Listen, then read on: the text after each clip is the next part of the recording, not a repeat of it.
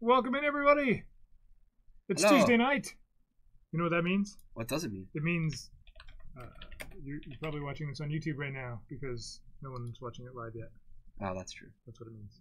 Facebook isn't even live. Oh. It's live. Welcome, Facebook. They're just a little late. All right. It's fine. No biggie. Make big gestures.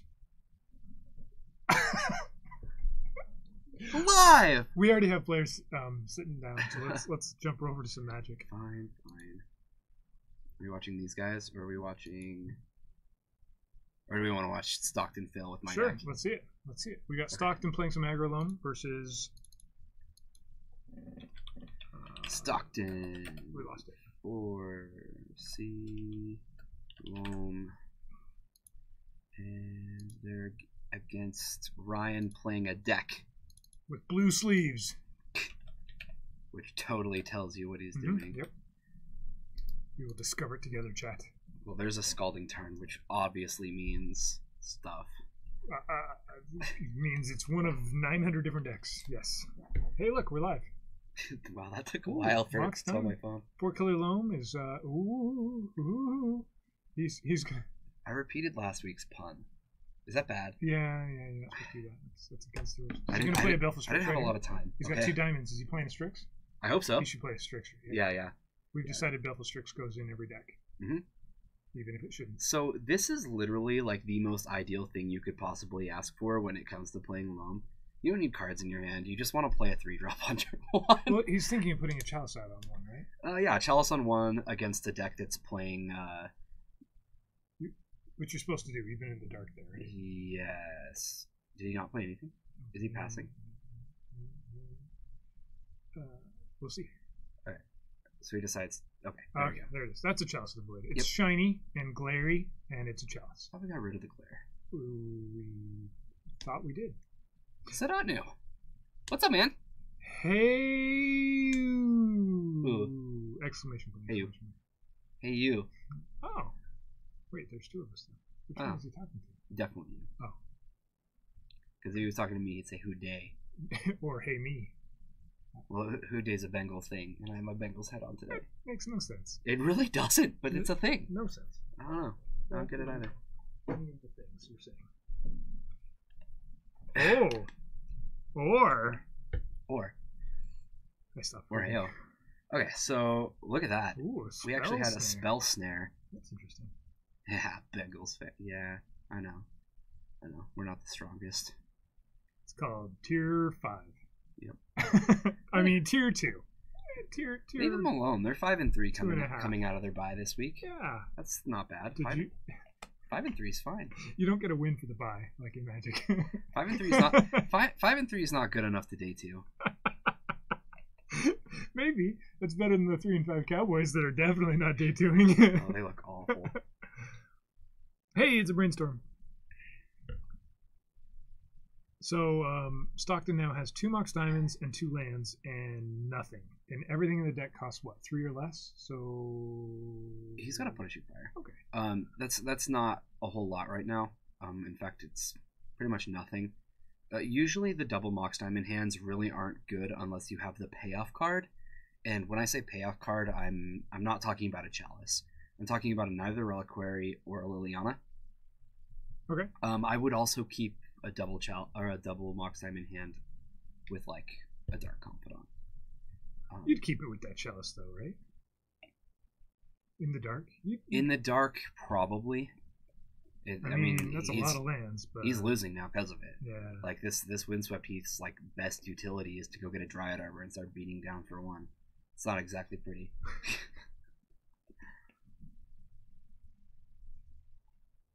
What up, Barjork? Ooh, we are now peoples. Yeah. We were always peoples. Stadani says Patriots Nation here. Okay. Yeah, you and the rest of the country. No, only half of it. Wow. Whoa! Woohoo! Woohoo! Jorgensen, you're a hero. Oh, see, now the Windswept Heath just has no utility. Oop. It's just a Windswept Heath. Utility list. Yep. Yep.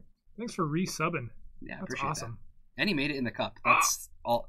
You get bonus points. Yeah, he even knocked like 3 other bits out of the cup so that there's room for more. Twice as many points as you previously had. Yep. If you're keeping track at home, double it. I wish we could do a thing where, like, if they get it in the cup, we give them a half price sub. We can give you a high five. High five. Oh, sorry, that was to the face. Lightning bolt on the Dried Arbor. Hooray! Or if they make it in the cup, then they get to pick what I play on Friday. Or Jordan's gonna be like, "You're playing goblins." Yeah, he'd have to send me the deck. You're playing this deck.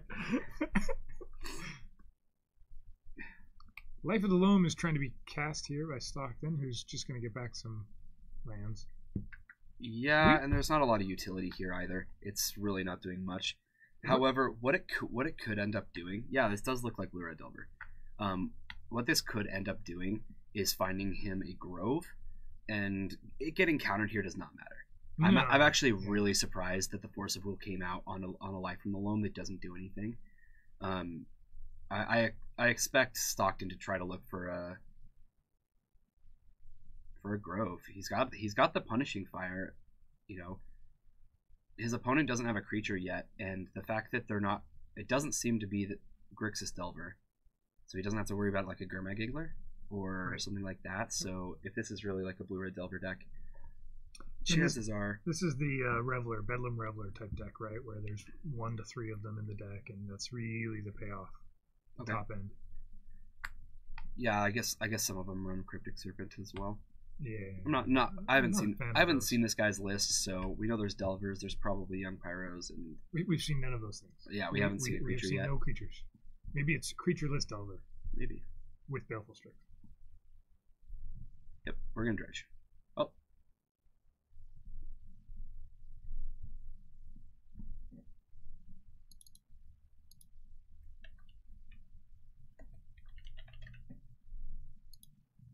We're gonna guess you are Delver. Yeah, it's a guess. It's a guess. So the player on our right, he only speaks in sign language, so he's communicating with Stockton right now by writing something down.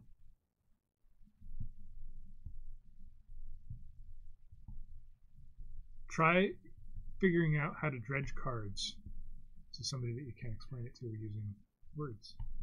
Do you think I need to go out there and... Oh, maybe so. He's going to go find a judge? Yeah. I'll take a look over here for a minute while that's happening. Maybe. Sure. We got Corey on the right, and his opponent is Steven on the left. That round 3. We're getting ahead of ourselves. It's fun. This is Corey on our right playing Miracles? Yep. Looks that way.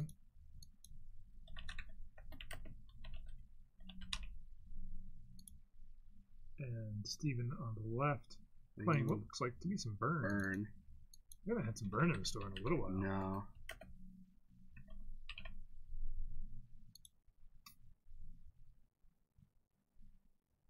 When we have seen burn, it's really wrecked people. Like, I feel like it's going like 3-1 or like 4-0 in like most of the events we see it in, which is kind of crazy because most people frown upon burn like it's like not a real legacy deck. Part of that's that our metagame is so not used to it. That a lot of the normal cards you'd sideboard in aren't even in people's sideboards here in the store. Yeah. Price of Progress says, "Ow." Says I want to deal you 5 to 6 damage. Yeah. Gonna deal effectively 5, so it's gonna deal 4 damage, but forces your opponent to fetch to save a life. And he's got a Exquisite Firecraft in hand, so I think he's got game next turn. I think so too.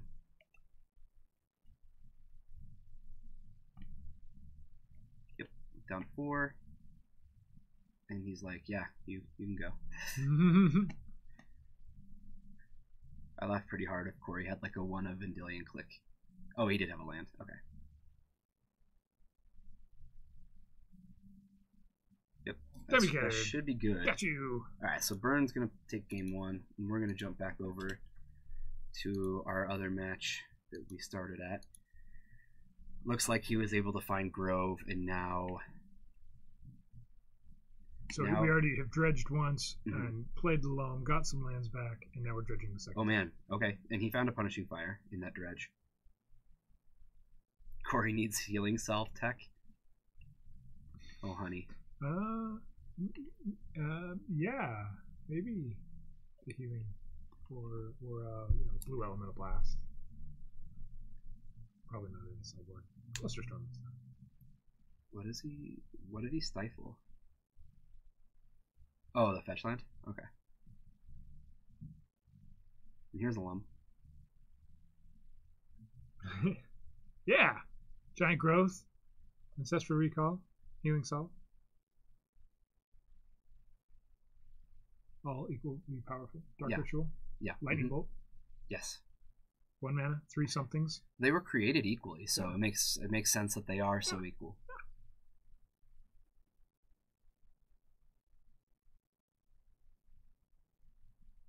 This is fun. We get to see Stockton play a bunch of lands and not much else. Yep. Well, no, he's got a loam, right? So he's loaming, and he has 2. Does he have 2 now? Punishing fires? So he's got 1 in his hand and 1 in the graveyard. So what he gets to do at the end of Ryan's turn is cast 1, and then pay 2 red and return both. So, where's their life totals? Yes. Did they just decide not to use them? So, we had to repair, and the player who was sitting there was going to use their phone as a nice digital. So did it get like taken off or something? Yeah. So we'll fix it next time. Or in between games.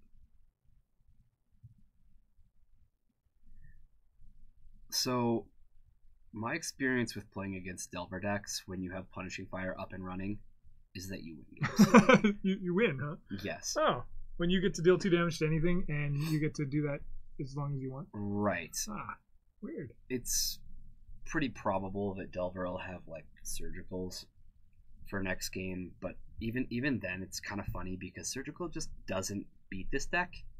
Yeah, I can get rid of Punishing Fire, but like, I don't know. It's probably would have been better to be a proactive card. Yep, and there's a Chalice. This is going to be cast on 1, and that's going to be counterspelled. Stockton doesn't mind that.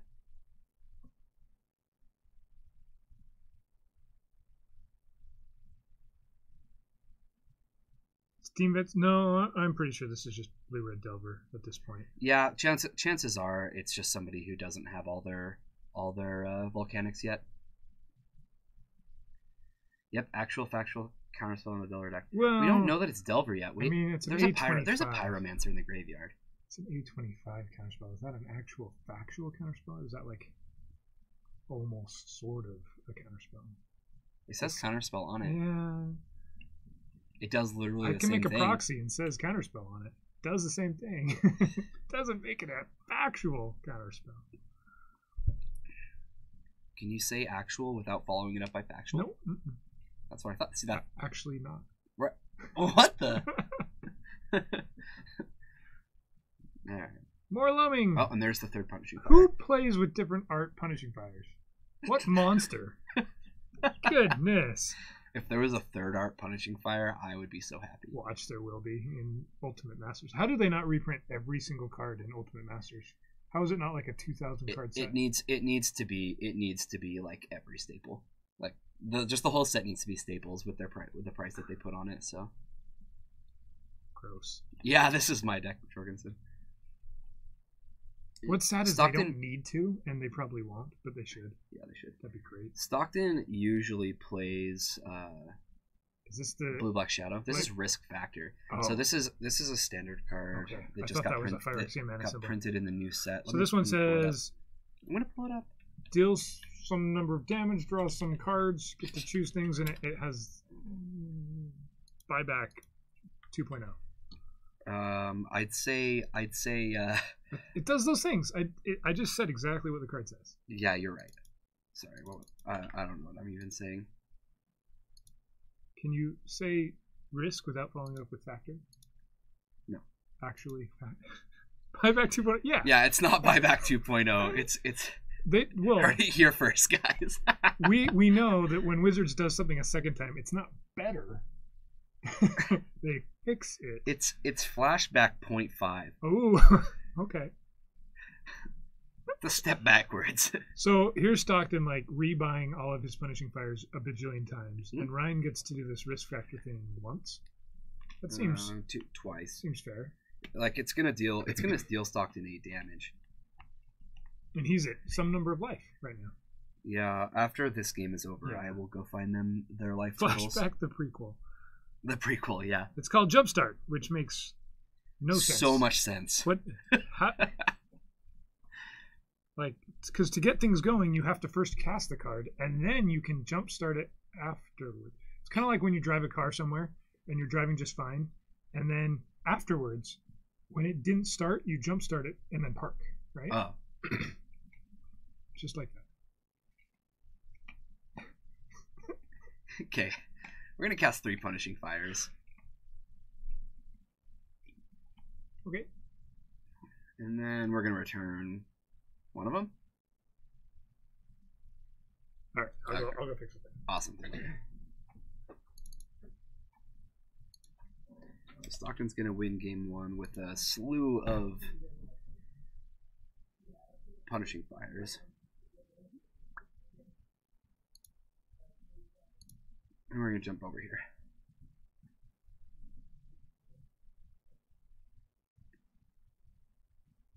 Can you see that? Let me look. I didn't look. Oh, yeah.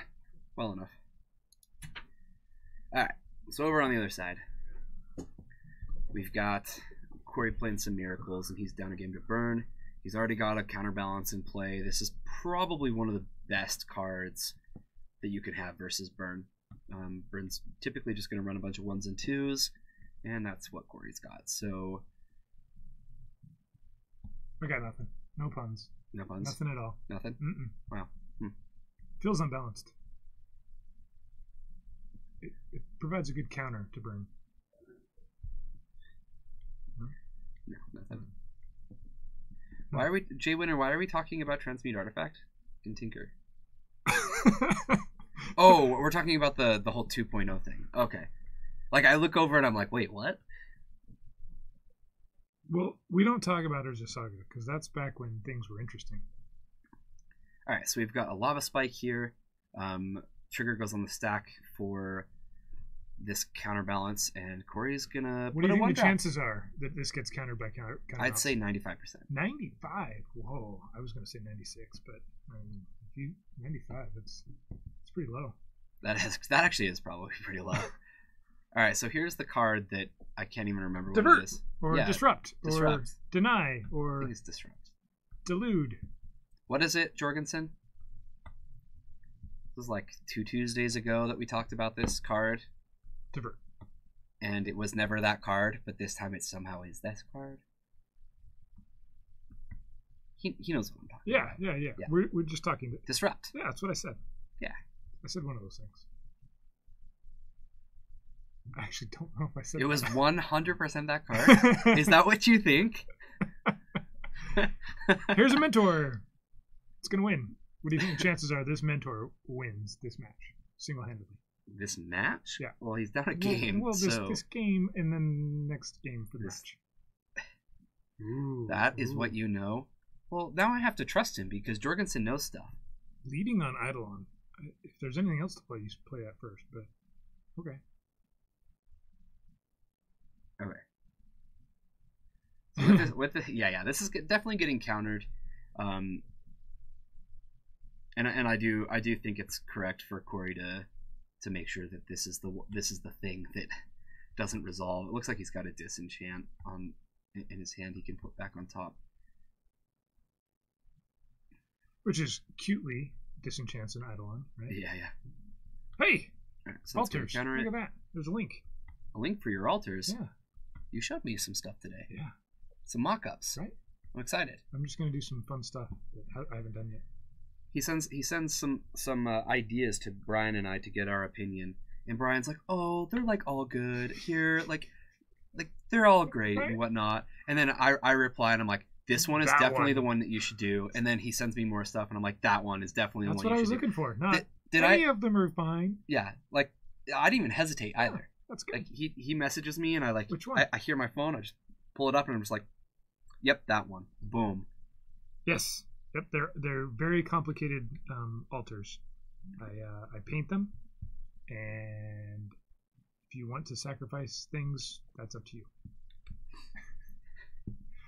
Like if you want like a Nantaku Husk altered, that I could do that. Deal. Yeah, then you can sacrifice things. It'd be great. That was a Nantaku Husk joke that I somehow squeezed into this stream. Well, that was cool. I know. I've been saving that one for a while.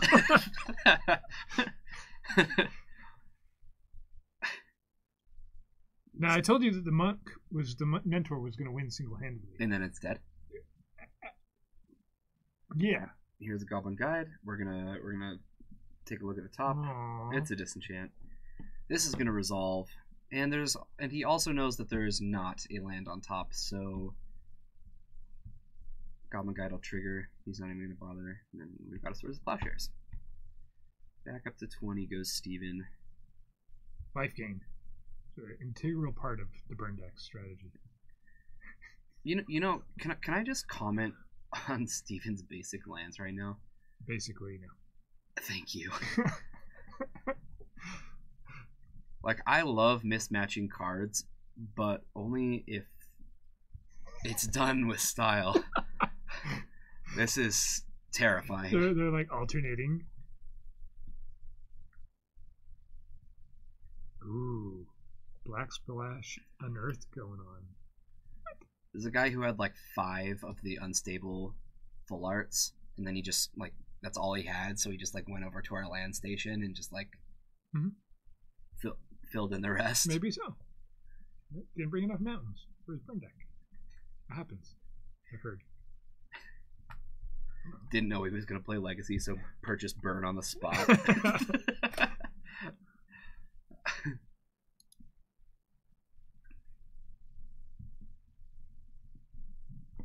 All right, Corey gets to untap. He's in a fairly decent position here.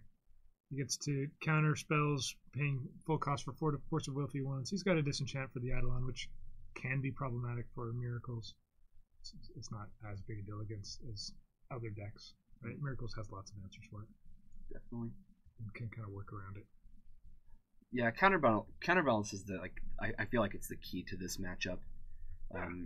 Once you can stick that, make sure your opponent has an empty board. Like you're probably gonna. He's at 14 life. Corey's only fetched basic lands to avoid a back to not a back to basics, a Price of Progress. Hey, it's a Swift Spear. Okay. For all the Taylor Swift fans out there. Did you know she has her own magic card? Okay. That's what that is. I did see that. It's not T Swift, it's M Swift. Oh, my bad. No, I actually did see. It was Steve Argyle. He did a Taylor Swift altar of Monastery Swift Spear. I want to say. Yeah, I think he's been asked to do those a couple times. I've seen It's a few pretty funny.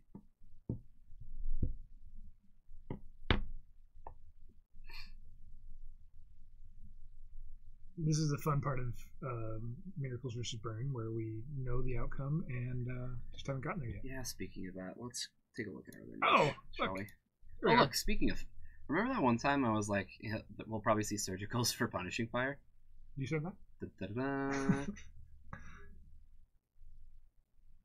Alright, so we've got a Savannah,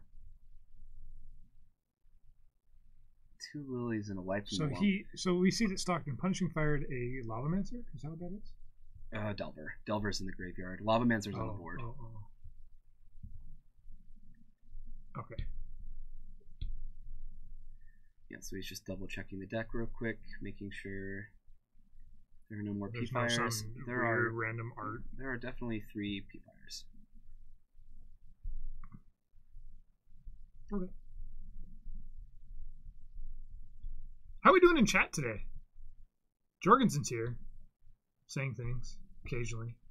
Everyone else is being very quiet. Very quiet. It's a quiet day in our chat. Sonata said hey. Yeah, well, he said hey, oh. Ew. You, yeah, I don't know. Some letters followed by some other letters. Yeah. They don't really mean anything.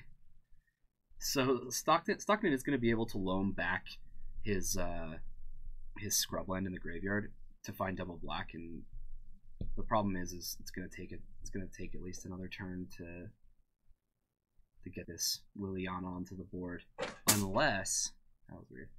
Unless he top decks a black source. What just fell? Ghosts in here. Yeah, seriously. Lingering souls. That's Brian's mat. I think it's been like almost falling for a while. Don't worry, if there was an earthquake, none of this stuff would fall down. Nope. AKA literally all of it, and the power would go out. That's because we play with risk factors. Good one, Bryce. Ah, we can jumpstart this thing. Oh man. I got a good one, Bryce. That was good. Yeah. I don't usually get that kind of response. No, he never gets that. Hey, Ghost Quarter took out Steam Vents, and he got a basic out. That's strange. I would have expected a mountain. Okay. Yeah, and I think that was fine to Ghost Quarter there. I don't think he needed the mana for anything else in particular. I mean, he's signaling hard he has a counterspell, right? Actually, no, I don't like Ghost Quartering there at all. He just opened up his Liliana to get dazed, and this to get dazed. Right. I mean, obviously the reason he did it was so that he could get the Ghost Quarter back off the life from the loam. Well, it worked out because he got her. I think. Not a fuel for Lava Mancer. Not yet. And I probably wouldn't use this Ghost Quarter until next turn.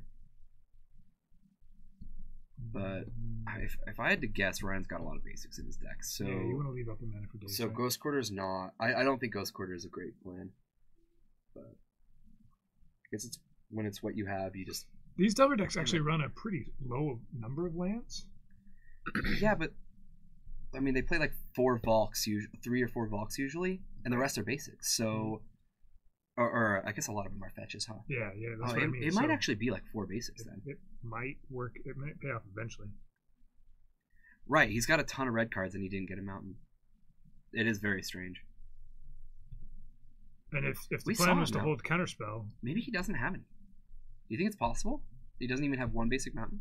Or like the basic mountain's in his hand and no, he would have played it. Or maybe he doesn't play it into a Ghost Quarter.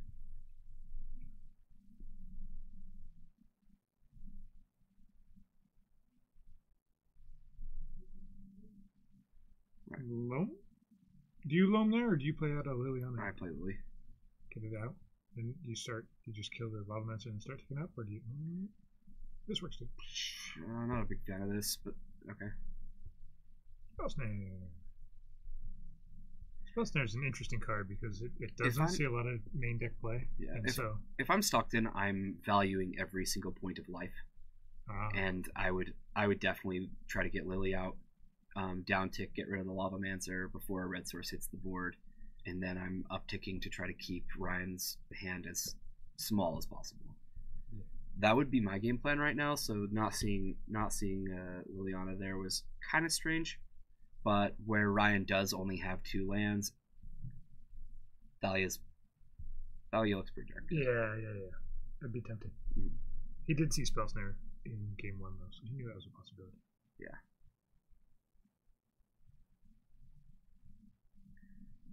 I was playing into Daze as well, but nothing's gotten Daze this game, so it's pretty clear that he hasn't had one. Alright, we're dredging. Is that a queen? The Queen Marchesa. Yep. Oh, cool. Not really sure what he's dredging for, with no punishing fires. Right? Yeah, I'm a little confused by that.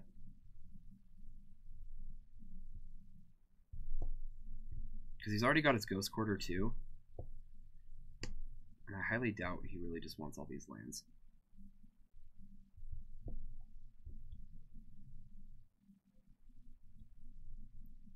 Yep, and here comes Liliana. We know he has 2 of them in his hand.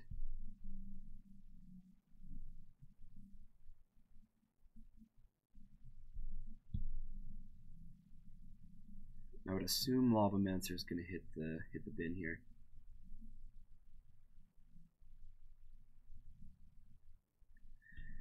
Yeah, I'm surprised too, because if you're loaming that much, then it makes way more sense if you're trying to ghost quarter your opponent out. And I think he has missed out on that.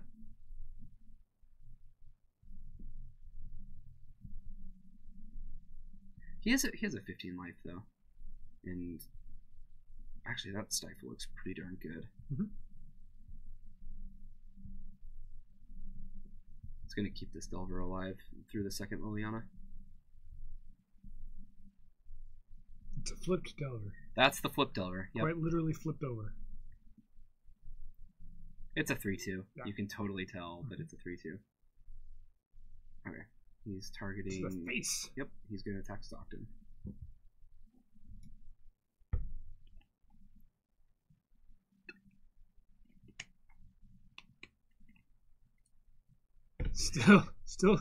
Still loaming. Yeah.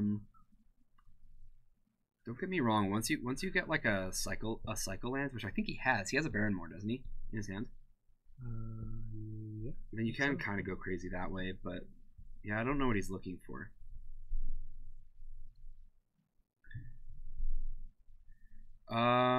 No, he doesn't play into the stifle here. He plesses, he waits a turn, so that next turn he can minus and minus if he has to. He should definitely ghost quarter though. Like I would cycle, draw a card, see what I can find.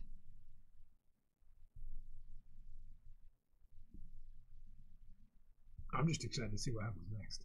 All of this unexpected play. What's it gonna be? Passes the turn. Could have guessed that. Yeah. Never would have guessed. It's riveting magic right here. It's keeping everybody glued to the screens to see what's gonna happen. Right? Well said. Yeah. Yep. Okay, so he does attack Liliana. This makes sense because he knows about the second Liliana, and he knows the stifle can save him here. Okay, so good card was drawn there. So if Stockton had drawn cards instead of loaming every turn, I do not know why he's loaming every turn. He would have had that one like 3 turns ago. Yeah, seriously. He's going for the Lab Maniac game plan, right? That's a thing that you have in this deck, right? Definitely. Totally. These 3.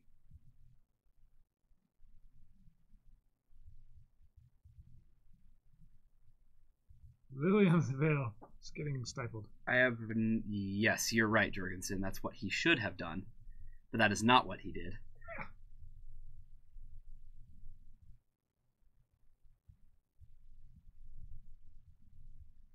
Too easy. It's more fun to play difficult. Yeah, I think Stockton's realizing that he did that way out of sequence. Aha! Got him. See, he was playing around 2-mana counterspell this way.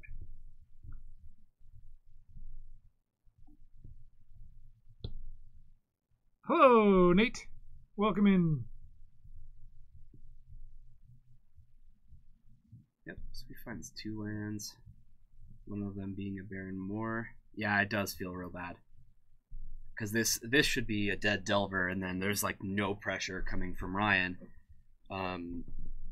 Yeah, feels terrible. So 3 more damage coming through. This is going to put him to, what, 9? Now it takes 2 more activations to minus again. So he'll have to take another 3. It'll probably just kill the Liliana, honestly. Whoa. Wow. I'm excited. Do you think... He gets to actually use I think something. it's a Golgari Charm. Yeah, it's a Golgari Charm. That doesn't do anything. Yeah, Ryan definitely should not be in this game right now. But he is. When you never draw another land. Yeah, you gotta Ghost Court. Yeah. Okay, yeah, this definitely should have been done a while ago. Now does Ryan go get a mountain? And no, he has no mountains. Okay.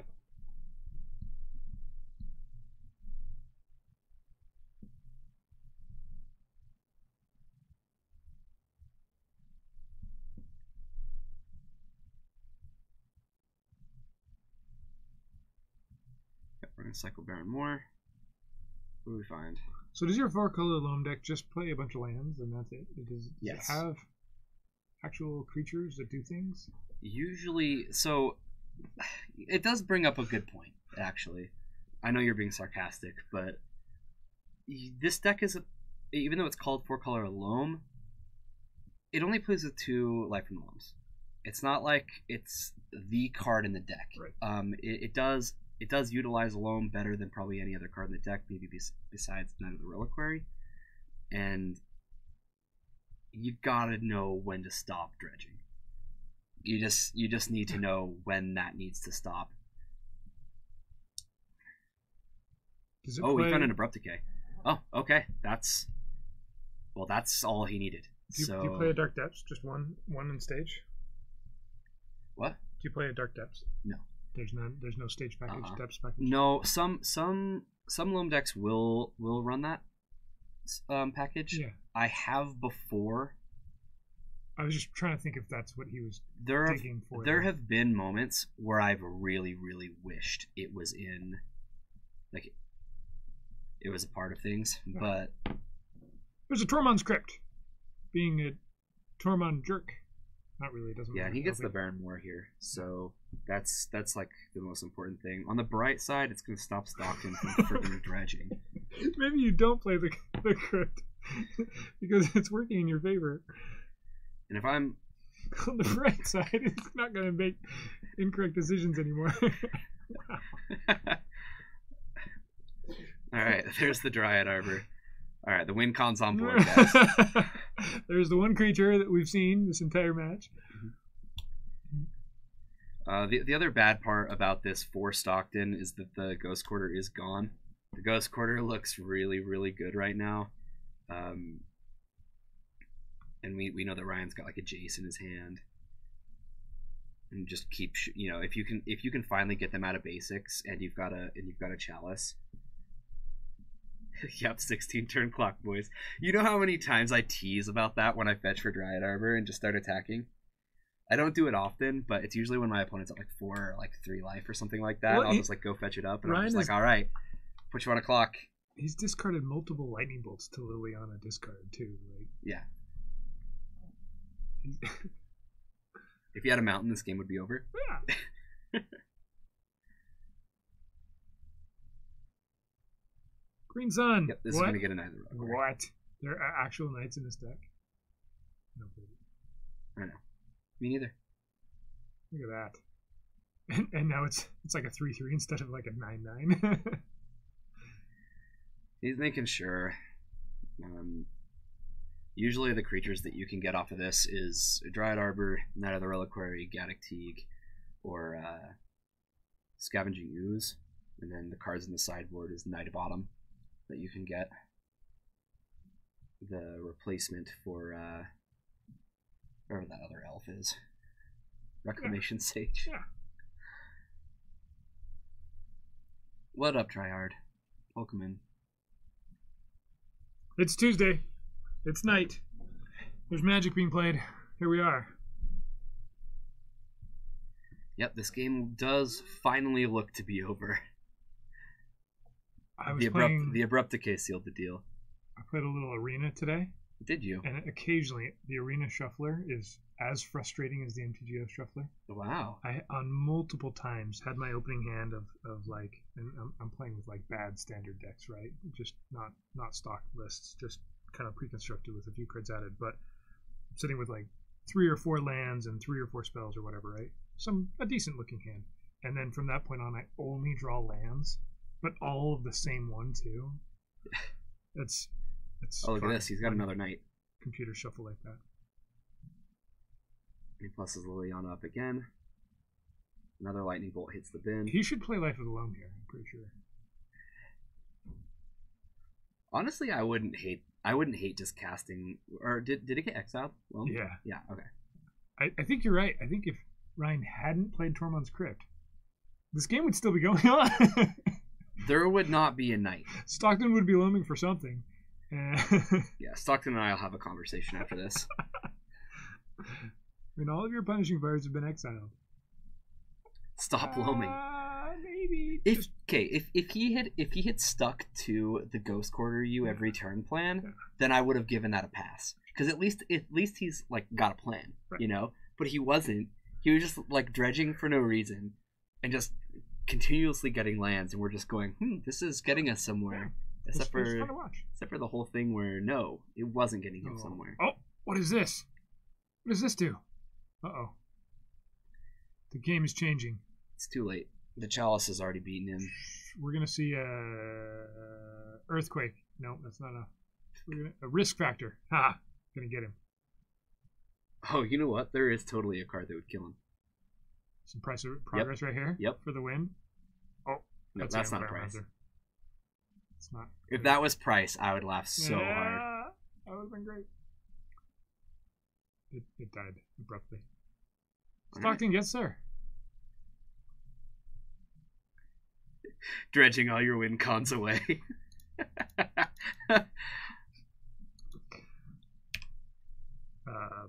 Perfect magic right there. Yep. You'll never see a 4-color loam list played more precisely. This is what we do here at Paragon City Games. We put people on a new deck, and then we force them to be on camera so people can make fun of them. Yeah, Stockton's played this deck never. Like, I know why you guys are here, and it's not to watch the best players in Magic play Legacy. No. Hey, here's a deck. You should try this. Okay.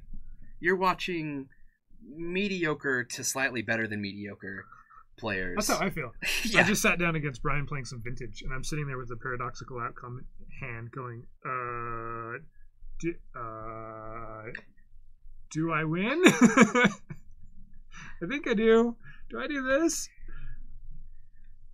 When do we get to see Dredge on stream? Oh, are you talking about Hannah?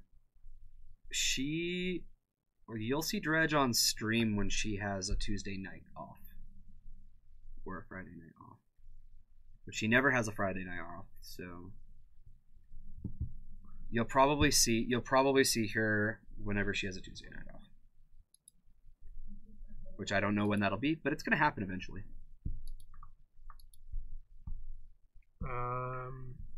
So we're in between rounds. Yeah. We don't have anything interesting to talk about. Nothing's really happened over the past week in Magic, right? No, nothing's happened. No. Hold on, I gotta finish the topic though. Oh, sorry. There is news though, Arjorg. She played in a standard event with Mono Red. It was her first tournament ever, and she went 2-2. Did she only play islands in her deck? Nope, just mountains. In her Mono Red deck. That's cool. Yeah, that was smart. Smart to put mountains in instead of other things. So, we have a couple minutes, don't we? Or maybe we don't. I don't know. I didn't put the timer up. My bad. I knew I was missing something. Sorry, guys. Where is it? You have to type it. Nuh-uh. It's always been like right here. You just type it. WTF.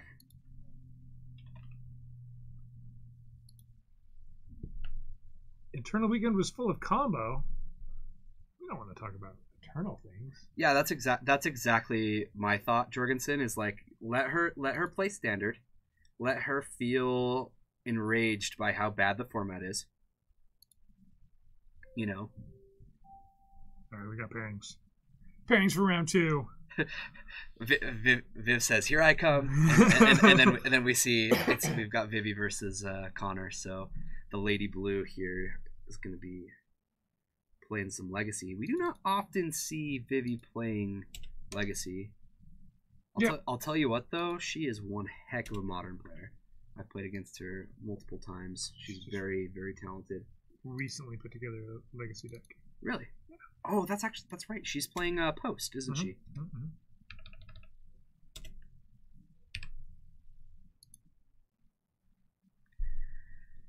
Eldrazi Post. I don't know if I call it the Eldrazi Menace. Would you call it the Eldrazi Menace? Sure. I wouldn't call it the Menace. I'll call it the I lose to Chalice of the Void. And then some colorless creatures afterwards. Alright, so let's see here. We got Stockton again versus Christian. Oh, this is a fun match. Dang it. Right, so We'll be able to jump back over. He's going to loan for the first 7 or to 10 turns anyway. So Christian's playing. I think it's Dead Guy Ale. Okay. I don't know, but I don't think he has Dark Confidence. So is what it is, I guess. And we've got Vivi on the left, right? Right or left? No, on the right. I think she's on the right. Connor. Yeah. So Connor, I do not know what Connor's playing. He's playing at a Grand Prix right now. He's playing Move My Leg Up and Down ferociously.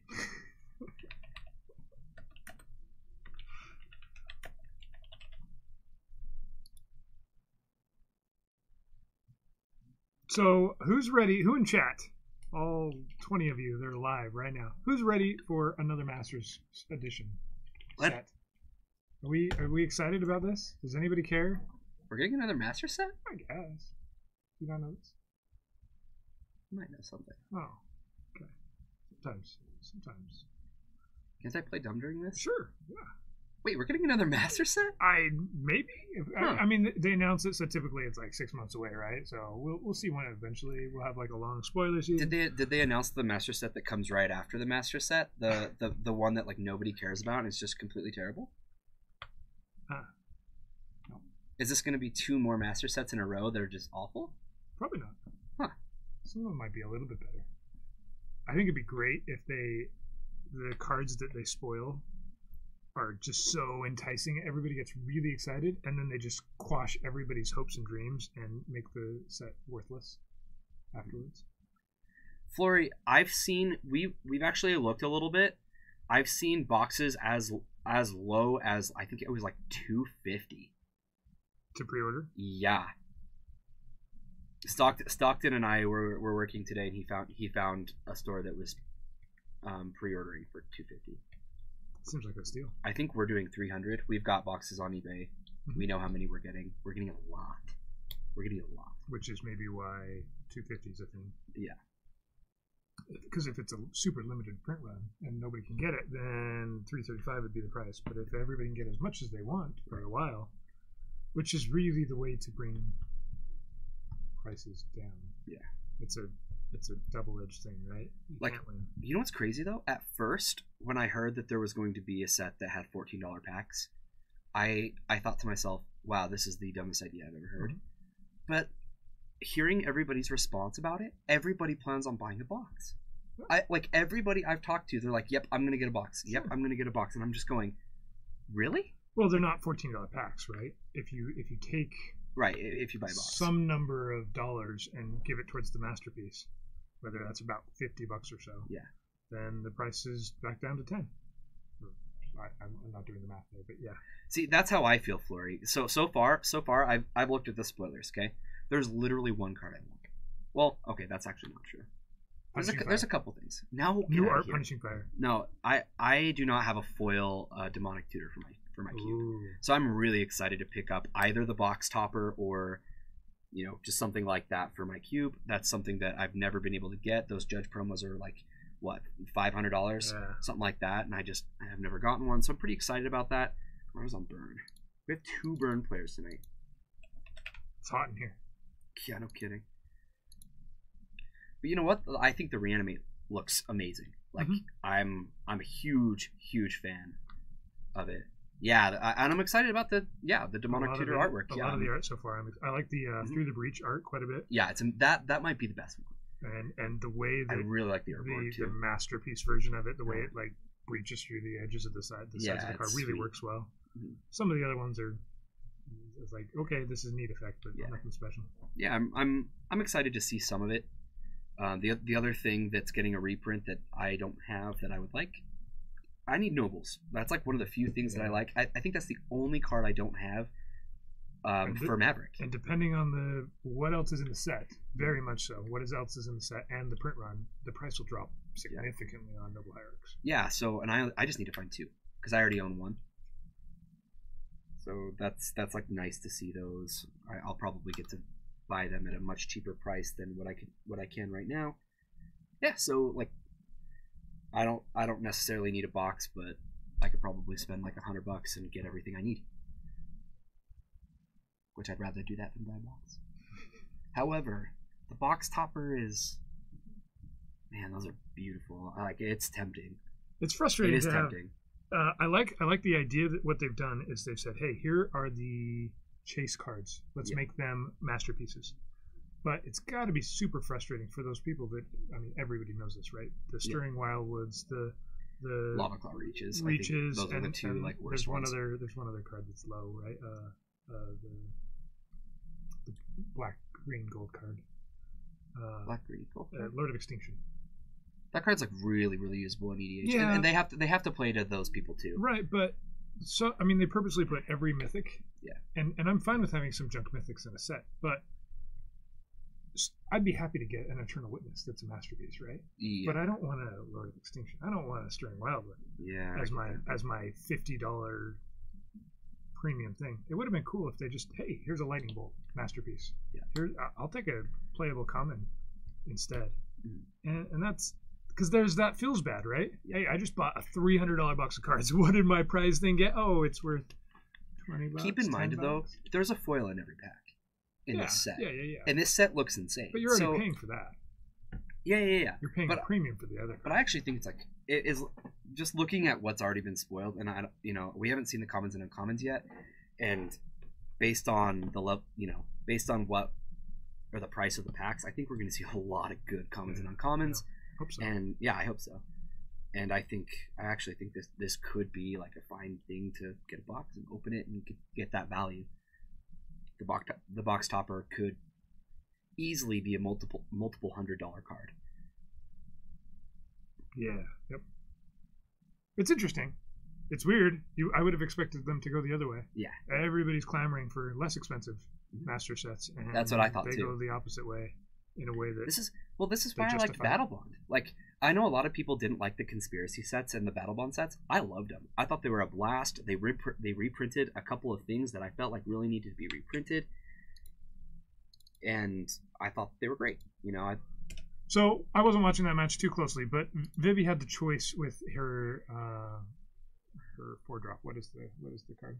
The Thought-Knot Seer. She could have taken that Sulfuric Vortex, right? And was that the mistake? Was that a mistake, or was? I think the big thing here is that Vivi didn't have a Chalice, and that's how you beat Burn with this deck.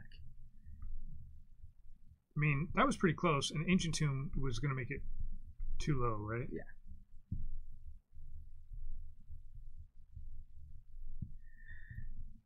See, I agree with you, Jorgensen, but at the same time, one of the biggest complaints about the master sets is that they're not really giving us what we want.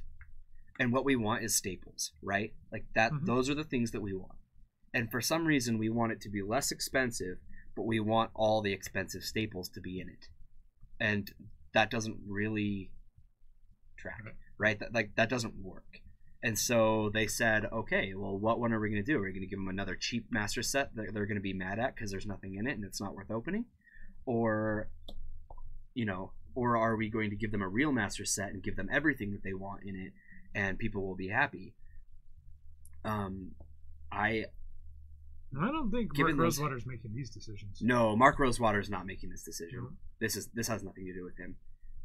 He just designs. If you don't like Dominaria, then sure. Or if you don't like Standard and the problems there. I mean, you can ask all you want, Flurry. You're just not going to get it. Well, it's hard to please, right? Because let's make Modern less expensive. Let's reprint these cards and make them actually lower price affordable. Let's make Modern affordable. But I want to get my money's worth when I buy packs. Yeah, you can't do it. You can't do both. No, I think this was correct. It's very clear just by what we've seen already that this is very targeted for Modern and Commander. Very targeted to those two things, and I think that is the right thing to do. I do. Like, yeah, they're really expensive, but I do think that this was the right decision for them.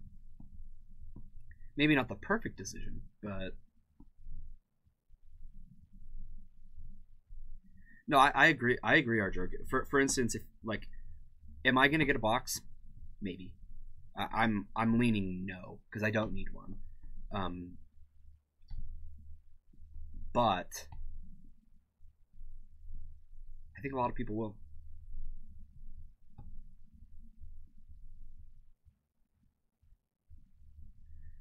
Yep.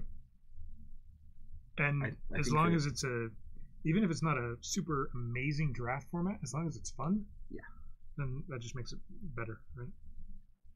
Yeah, many people do like that. You're absolutely right, Jay Winner. Yep. Those that don't buy singles. Yep. We can't play the lottery here in Utah, but we can buy Magic cards. And Jay Winner brings up the point that the people who don't like the lottery buy singles. Yeah. Well, guess what?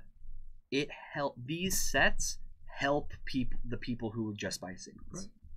Because like I said, I need a couple noble hierarchs. Okay, I don't want to pay like, what are they, like $60 to $80, something ridiculous. Okay. Now I'm probably gonna get to pay like $40 a piece for my my 2 noble hierarchs that I need.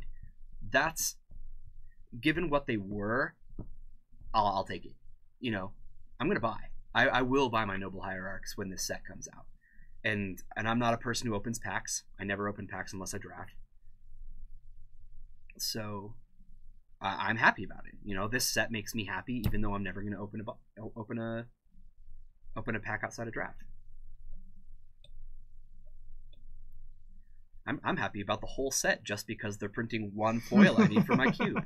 You know, everybody's gonna find something that they're happy about this set, and instead of looking at the big picture and go, wow, this really just sucks, just find the things that you like about it, take advantage of it, and you know, enjoy. You know, as long as, and this is critical, all of the value in the set hasn't already been spoiled, and there's just nothing else.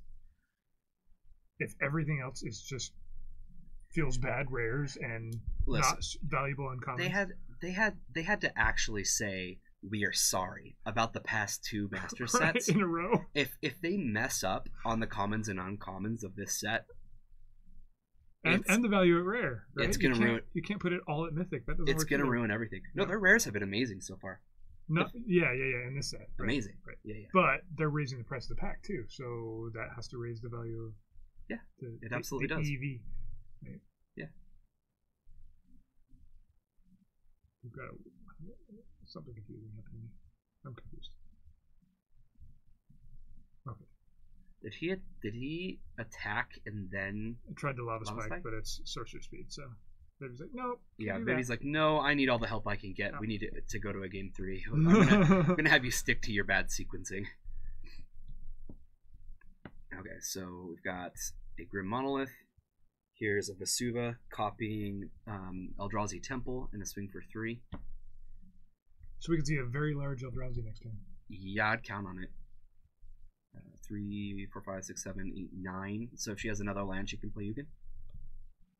Or not Ugin, sorry, Ulamog. Yeah, or even just an Endbringer would be amazing. Do quite a bit of work. 6 drops versus burn. Okay.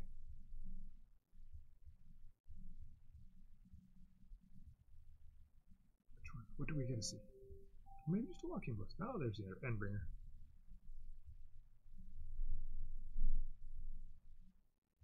Yep, and here's the Endbringer. Bringing the end and whatnot. What are our thoughts on Blue-Black Death Shadow in the format? I think it is a good deck. Sure, go for it. Have fun. It's still a deck. People are still playing it. It's I think it's a challenging deck to play, and that's a draw for a lot of legacy players, right? Definitely.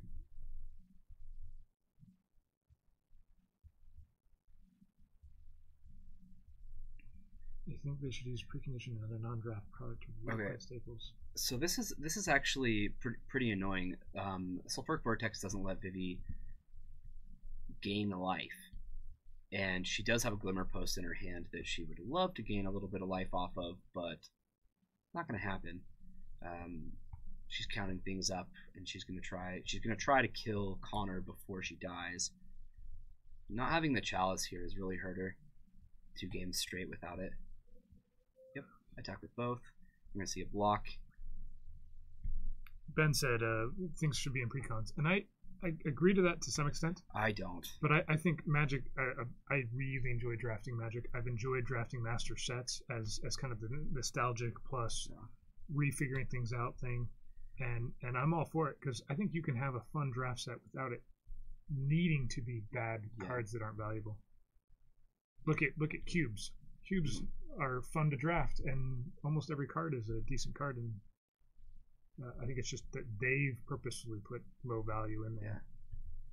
Yeah. All right, so we've got a Walking Ballista with 4 counters on it, and this is incredibly threatening. So Connor needs to deal 7 damage. We can probably go to, well, I guess Price of Progress is still good. Price of Progress would do it. He's got a Fire Blast. That's 4 damage, so he would need... I don't think he has it. Selling off Modern to get into Legacy and just not sure what to play. That's kind of tricky. I guess there's 2 different lines of thought there. One of them is picking a deck that would let you play several different decks. Like if you got into Grixis Control without too much more money, you could play several other variations, whether it's a Delver deck or something different. Wow. Guys, so this is a Searing Blood. I think Vivi's making the right play. So Searing Blood is going to deal 2 damage to the Matter Reshaper, and it deals 3 damage to Vivi. So in response, Vivi's using Endbringer to deal 1 damage to her Matter Reshaper, and then using one of the counters on the Walking Ballista to finish it off, so that she doesn't take the 3. So that she doesn't take the 3. And this was 100% correct. This was absolutely the thing to do. Yep, and he's gonna pack it up because he knows. So if that had happened, and she takes 3 there, Fire Blast was in Connor's hand, so he gets to Fire Blast, put her to 2, and then the Vortex kills. Yeah. So she avoided death by doing so, and she had lethal on the swing back. Great play. It has to die, right? It has. Yes, the creature has to die, Benjamin Barry, for it to deal 3. So that was the best target. And the Walking Ballista had 4, and the Walking Ballista would have just been able to remove the counters. Yeah. It's an interesting game. What about building towards 4-color loam via Maverick? Nick Major, I'm going to vouch for 4-color loam. It is a very, very difficult deck to pilot. It's a lot of fun, and it really does teach you how to use what you have. It's not a deck where you're like playing to a draw, or like brainstorming to try to find what you need. Mm-hmm. And it's more of a deck where like you draw your hand, you go, okay, this is what I have, and this is my game plan, and it's different every time, and it makes it a lot more fun in my personal opinion. I will say this though, there are times where you draw a lot of lands and you don't have a lot of ways to fix that. That's been my biggest turnoff to it, is a slight lack of consistency. That's hurt it in my eyes. It's definitely less expensive than going towards Grixis though, right? If you don't have anything, then yeah. Oh yeah, it's very expensive to switch over, but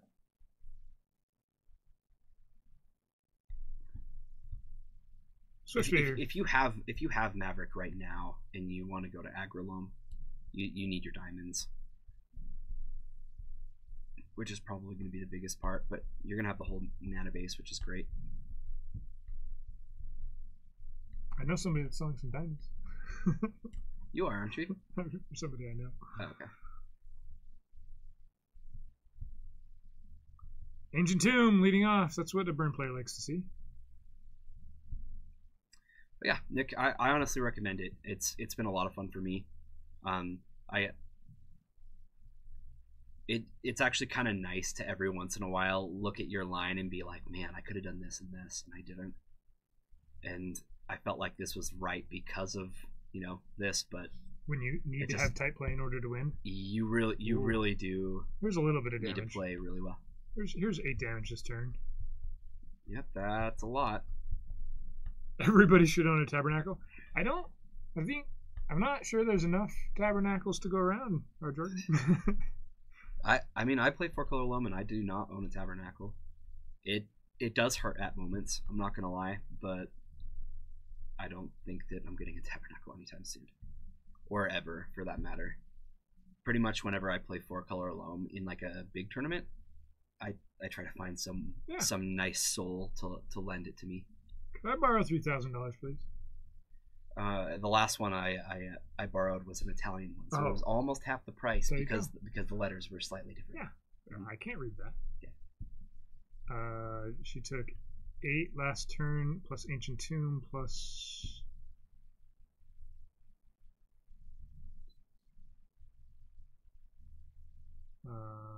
I counted 9, not 8. Unless I'm missing something. Do you guys see that? Should Vivi be at 9 right now?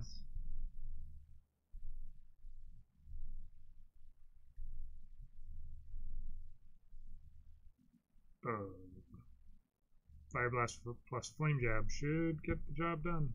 So I guess you have to take the Flame Jab here, right? Yep, definitely. That's a Flame Rift, right?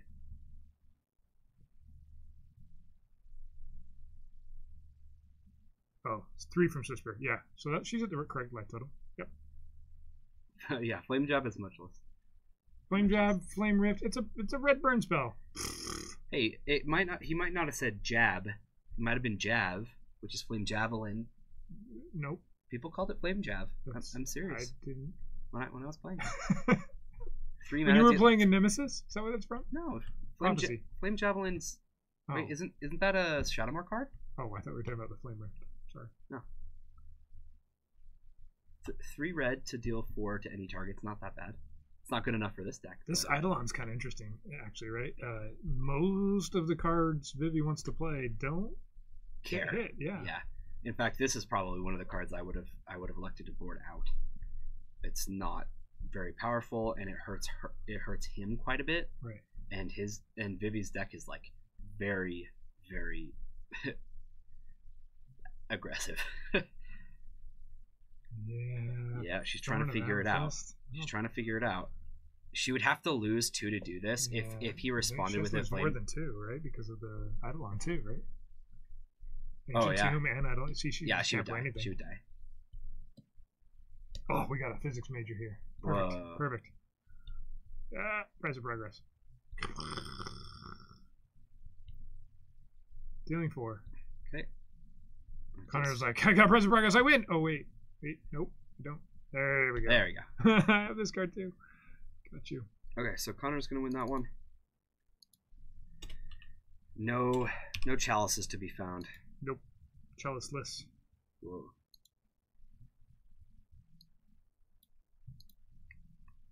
And we'll see who won game 1, because I guarantee you it's just been a game. I've played against Christian a couple times with this matchup, and I think I won the first one and lost the second one. Narrowly lost the second one. Dead Guy Ale is a nice black-white deck, which feels similar, how about that, in a way, to Loam, in that you need to curve out, and you don't have access to cantrips. You don't have Ponder and Brainstorm and things to fix stuff. I think Loam is more forgiving, probably, than Dead Guy Ale is, right? Definitely.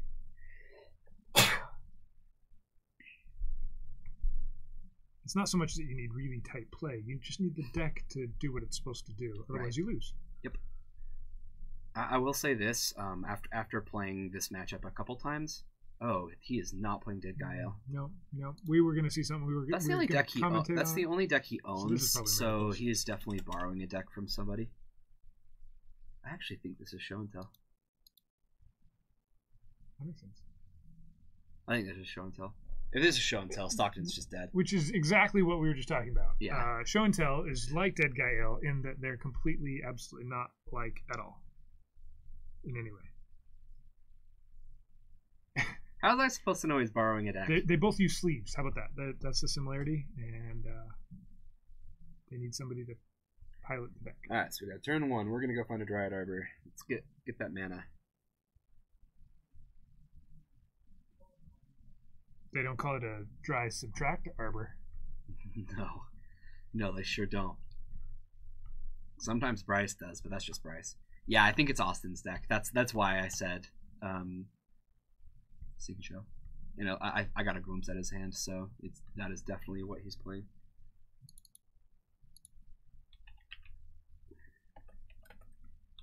Take everything I just said about Christian's deck and apply it to this one. Mm-hmm. That'll make sense for the physics major. So Austin, our front end manager here, he's got Sneak and Show and he's got LED Dredge, and those are the decks that he never plays because he never plays in these events. Right. He doesn't like to actually play Magic. Yeah, he just has them for reasons. They're not actually playing Magic decks either. Ooh, okay. All right, so yep, Thalia comes in. This is definitely relevant. This keeps this puts Show and Tell off for a turn. This also puts Sneak Attack off for a turn. Mm-hmm. So, not if you have a City Dredge, but sure. Yeah, that's true. That's true. And I think he does have an Ancient Tomb in his hand. So the Impulse is going to try to find some goodies. He has Storm. Did he get Infernal Tutors? I guess once you have the LEDs, Storm's pretty cheap, isn't it? Where'd he get the Underground Seas? I don't think he has Storm yet. I think he's trying to transition into it, but you can almost play Storm with Shocklands if you have to. I guess. No, that's one of the decks where you really don't want Shocklands. I mean, you can try. Yeah, that was a rough one, Viv. Where's your Chalices? Huh?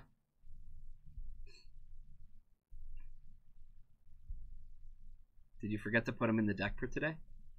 So Christian doesn't play out a Soul Land, so either he didn't have Show and Tell plus WinCon, or wants to wait just a little while longer. So I was playing the Omnitel deck of Brian's the other week, and I found myself, hey, I got it, let's go.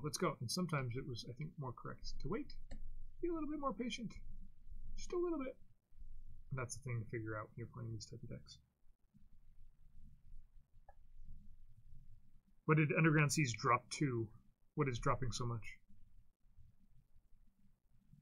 Because they spiked really, really hard up to a silly number, right?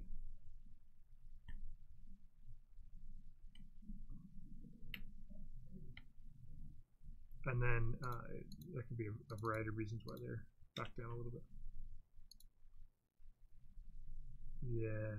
Yeah. That's not surprising at all. Yep, 640 is a much more healthy number, right? When they spiked way up, people were buying, vendors were buying, like at GP Seattle, $500 cash for LP. That's Underground Seas. Super good deal. And they just have gone up since then. But I think part of it, at least locally, I don't know the whole thing, is you have a lot of people that are selling legacy cards at this point to pay for Christmas, and like this time of year, people just sell Magic cards. Oh boy! And there's the Force of Will. And the Night of Awesome. The Night of Awesome. Yep.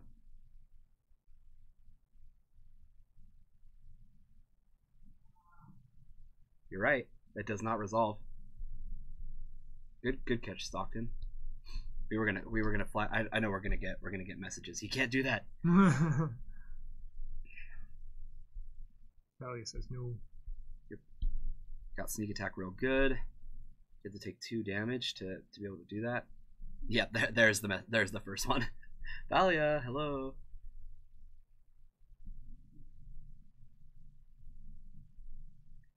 Alright, so we're gonna reveal, lose 2 life to Scavenging Ooze. You can't play that card anymore though, right? That night? What do you mean? Aren't we officially in winter now?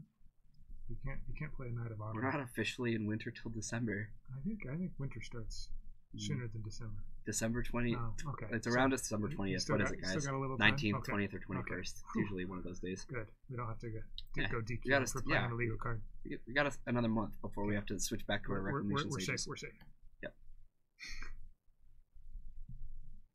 Here's a Wasteland. This is going to take out Ancient Tomb. Sure. Looks like. Make a sneak attack cost more. Yep. Is he at 4? Yep. This is one of those rare games where it looks like Stockton's actually going to be able to take this one, because he can take a hit from Emrakul, and his whole board doesn't die. In fact, he'd get to keep 2 creatures and kill and swing back. So yeah, looks like he's going to get that. They're confident. Okay. He'll lose 3. Oh, and he drew Caracas. Hello. Hey, look, I win. Mm-hmm. Yeah, we're gonna play Caracas. Good plan. That's soon as everything.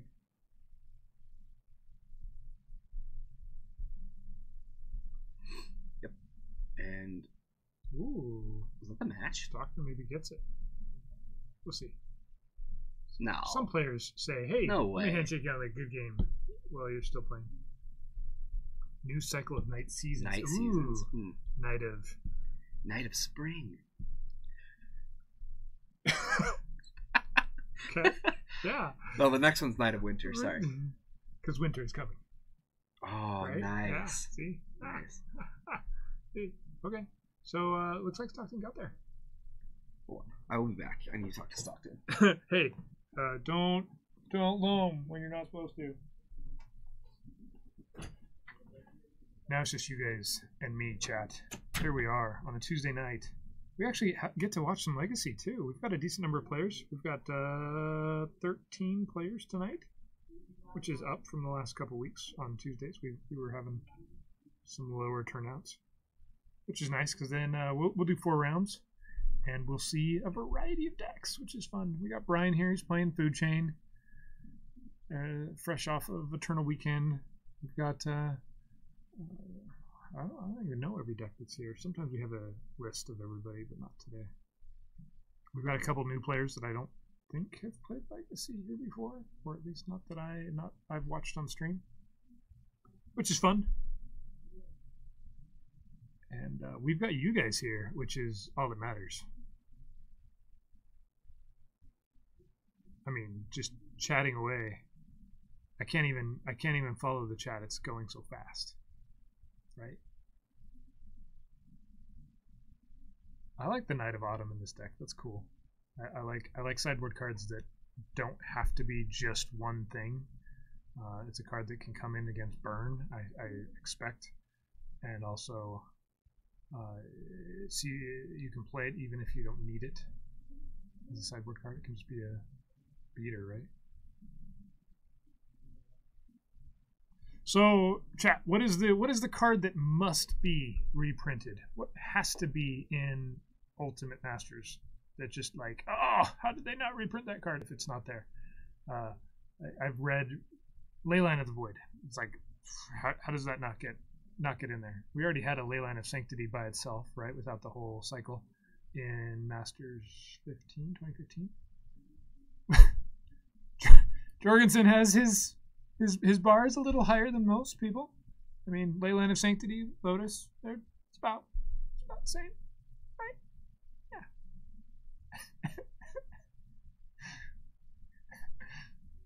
Okay. I mean, then it would be an Ultimate Masters. I like it. Is there any other cards that need to be reprinted?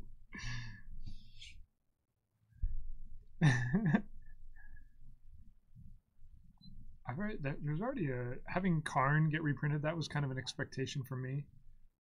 Seeing Dark Depths you can expect to drop significantly in price, as that's definitely one of those cards that is as high as it is based off of scarcity more so than demand. I wonder, there's some other cards that they've already spoiled that'll drop quite a bit. That'll be I was just saying that Dark Depths is a card that will drop. Ooh, a Back to Basics. That would make sense. That would make a lot of sense. some of those cards that are way over $40, but should be like a $15 card. Do we want to pull? Do we want to pull up the spoiler and talk about it a little bit? Do we have how much time do we have? I don't know. We don't know. We haven't been using our timer because we've got 10 minutes maybe. Sure, go for it. Okay. We'll look at what they've got so far. Hold up on Mythic. Engineered explosives and Noble Hierarch were the two. Yeah, those feel good. Having another Cavern of Souls. Cavern of Souls is it at Mythic? It is, isn't it? Yeah. Yeah. Yep. So a couple interesting things. Ancient Tomb is a rare. That is a good sign. That's a good sign. These guys are like $40 a piece.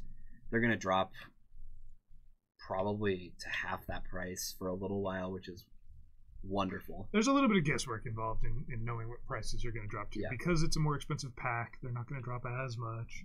Yeah. But yeah, like Demonic Tutor is absolutely insane to me that this card is a rare. And it's pretty. It looks really good.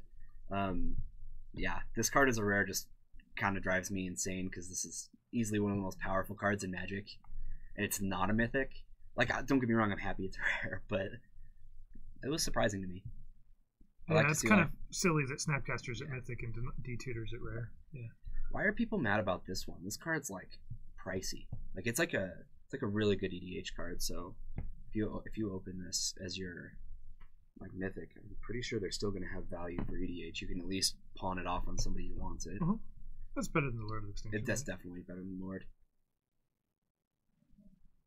The Eternal Witness with some new art. That's fun.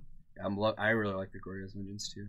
Sweet. And this is a good way. I mean, this is how these splice into arcane spells should get reprinted, right? Like that way they don't have to try and figure out a whole new way of doing arcane.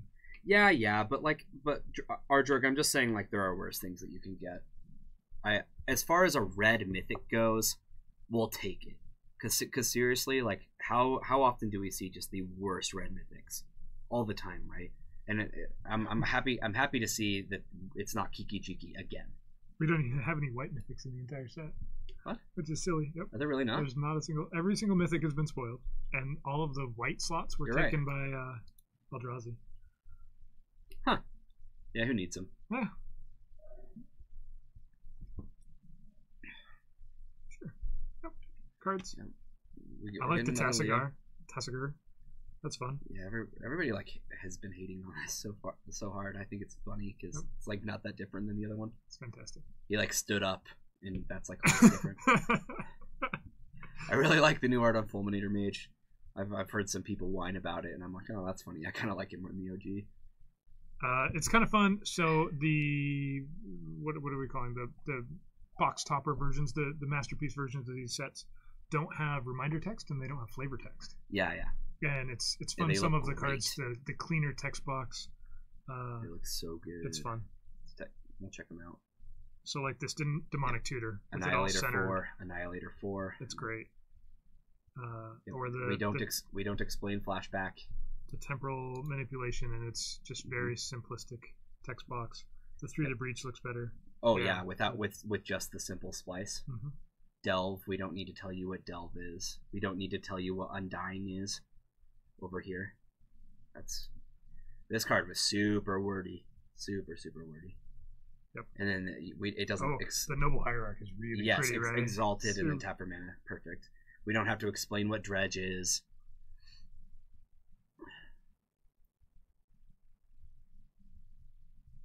What else? This had a ton of text on it too, right? Yeah. Platinum Imperion. Yep. It looks good. I think.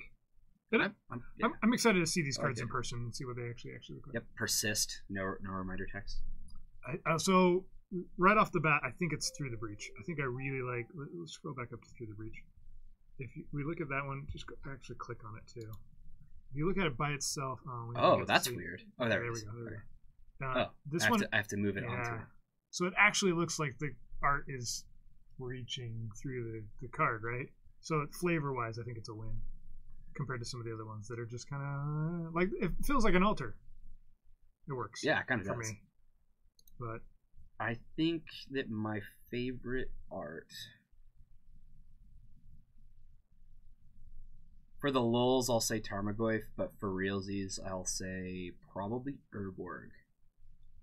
I think that the new Urborg art is the absolute hotness. Isn't there another card art that's another land that looks quite a bit like that? Like a Savior's Black Land, Tomb of somebody. Yeah. I can't remember. Usorawi. I don't think it looks a ton like it, but yeah. Yeah, I think the new Through the Breach is probably the biggest win, but I'm a huge fan of this one. I think it looks super good.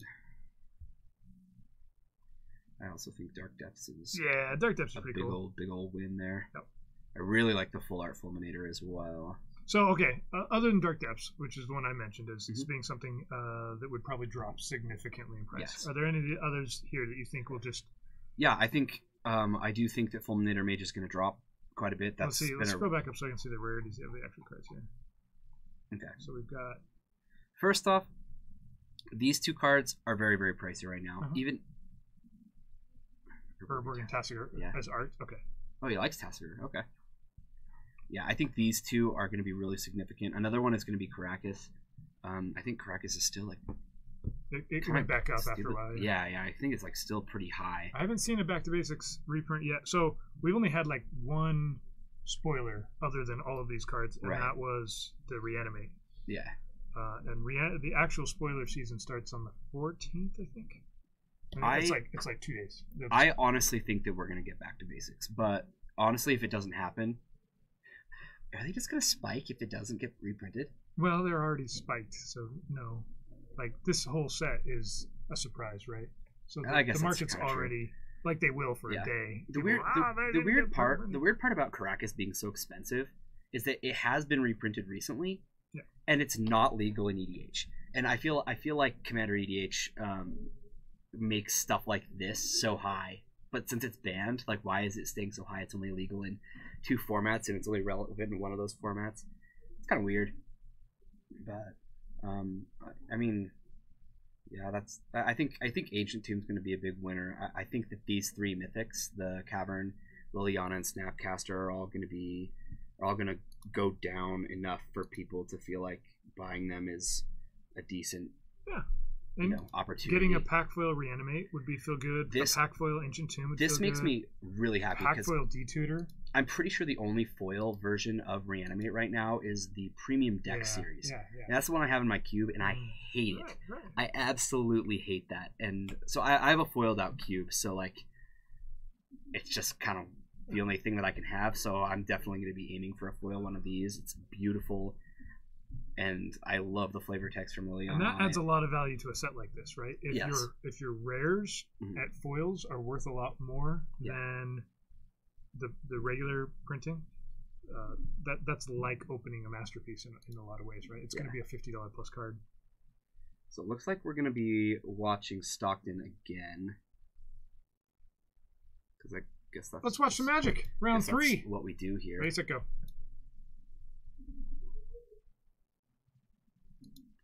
And he is playing against Zach. Zach has been on a Sultai list. I'm not sure if that's what he's doing tonight. Sultai list. No. We'll see. I'm going to put Sultai, and then maybe he's on that, and maybe he's not.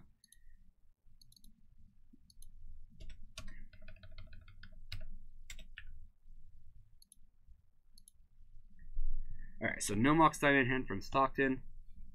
Zach's just going to start things off with a Polluted Delta. You want to move his phone down just like a little bit?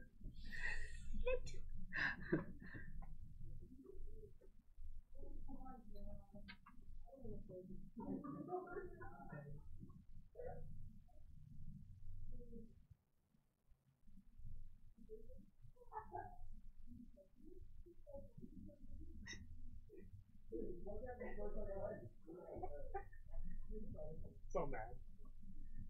It looks like Zach's on a Delver deck if he's played Stifle.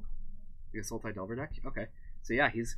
Oh man, this is actually like insane because...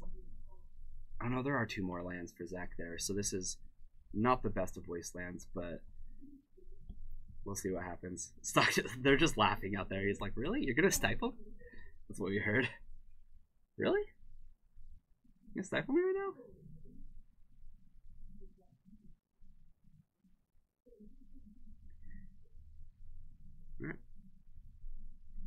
And they both have lands. I'm pretty sure that there's another wasteland for Zach. Yeah, he has another one. I think he's gonna use it too. You've got it right. Oh yeah. Yeah. If you get to sneak in a stifle game 1 in the dark, and this is absolutely what you want to do. Stockton had the basic forest. Whoops. What? Why would you not play it there? Unless, do you want to get wastelanded? Are you just like okay with your opponent not progressing their lands? Is that the plan? It's living dangerously. I told him he should just scoop and go to game 2, but he's still playing. There's no way he meant to play the Bayou of the forest. You think he just like blankly just like threw down a land and then he's like, oh, I've already been stifled. What can I lose now? Oh, this one. Well, the game. You can lose the game, Stockton. It doesn't look like he has another land too. He's got a life from the Loam, so if he can top deck a land that isn't Maze of Ith here, then maybe we've still got a game. Yeah, I'm gonna call this Sultai over. Let's switch it up. It might not even be Sultai. Boom, boom. Just keep moving it said Delver the whole time. Yeah. It was just sitting off the screen. Right. That's how we do things. Wait, what were you saying about it not being Sultai? I said it might be Sultai Gurmag Angler is what I said. Oh. It's not Delver. Why would you play a 3/2 that you have to like flip it over? Manual dexterity is a thing, right? When you can just play a 5/5. Oh, so he actually found probably one of the best lands he can find in Scrubland. Here's a Dark Confidant. Yeah, I think this is why. I think he knew that this was probably getting dazed. I like playing Bob here. It's a little less important than the Loam at the moment. However, this is probably going to be a blowout. There's a Tarmogoyf. Whoa, from the future. Yep, from the future. So you know how I mismatch all my cards? Uh-huh. Now you can. Now I have to get another Tarmogoyf. Perfect. So anybody you want to trade like any Modern Masters Tarmogoyf just straight across for one of the new ones, just let me know. I'm down. I'm curious, why do Tarmogoyfs only eat deer? At least non-future sight ones. Can you think of anything better to eat? You're they're roaming around the forest, like that's like as big of a meal as you're gonna get. You sure? Tarmogoyfs get big. Aren't deer like not very satisfying as a meal? Wouldn't you rather eat something? The only thing that I could think bigger? of in a forest that's like bigger than a deer, I guess you're looking for elk, moose, and bears. Like, there's a lot more deer. I'd probably just go after them. They're like okay. a little easier to find. Okay. I think there's got to be a reason why there's yet another deer getting eaten by the Tarmogoyf. Very aggressively too. Have you looked at that art? He is not kidding around. He's not trying to hide. No, I'm gonna eat you. He's not trying to sneak up on the deer. I'm gonna use all of my teeth. Swallow you in one bite. Yep. Why does he even have teeth? He doesn't need teeth. No, he definitely does not need teeth. I think it's just an intimidation factor. Scare the deer. Because its size wasn't intimidating The enough. deer does have a lot of antlers, so maybe that's why. It's an evolution thing. That has to be The Goyf has grown from whatever that future sight one is, where he's holding a dude in his arm, to just lots of teeth. Yeah, makes sense. Yeah. Wow, he's going to take it down to 5. Can't lose here. Yeah, no way. Start confident. There's no way. Okay. Well, let me show you this one too. I don't think he showed it. Showed us? Yeah, he showed us, that's for sure. Gaddock Teague is not helping. It's a blocker for a turn. No, he needs another Reliquary. And even in Night of the Reliquary, I'm not quite sure it's going to get him through, because Force of the Will is on the other side. 2 of them, actually. Yep, there's the Knight. This is going to get forced. And yeah, he's just going to pick up his cards. Forcefully forced. Not gently. That tempo strategy can be a good one. Game 1. So we've Stifle. got Connor on burn over here. And we're playing against, looks like the Blue Red Delver deck we saw in round 1. Yeah. Christian playing. Christian. Oh, this is Christian? Oh, you're right. Sneaker Show. Yeah. One of them just won. Looks like Berger.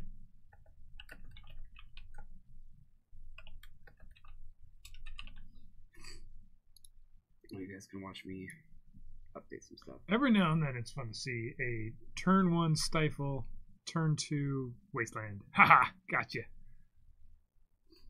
Every once in a while. Every once in a while. Just to keep everybody honest, right? It's like play teams, NFL teams that just can stack the box against the run. You gotta throw one deep every now and then just to keep everybody honest. It's a metaphor that totally makes sense. Come on. Mm-hmm. They're very similar. Promise. Make sure I've got this card with me.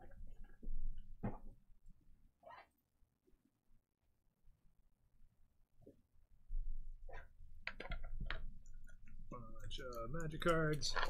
Oh, what you got there? A bunch of magic cards. Huh. Diamonds.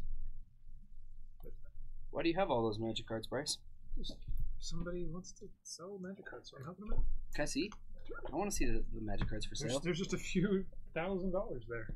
All right, we've got 4 City of Traders. Yeah. A moderate. HP. Definitely HP. Yeah. Volcanic Island. A foil engineered explosives. It's pretty. It's a very pretty pack foil from 5th on too. That is gorgeous. Yeah. You guys are jealous that you don't get to look at these cards right now.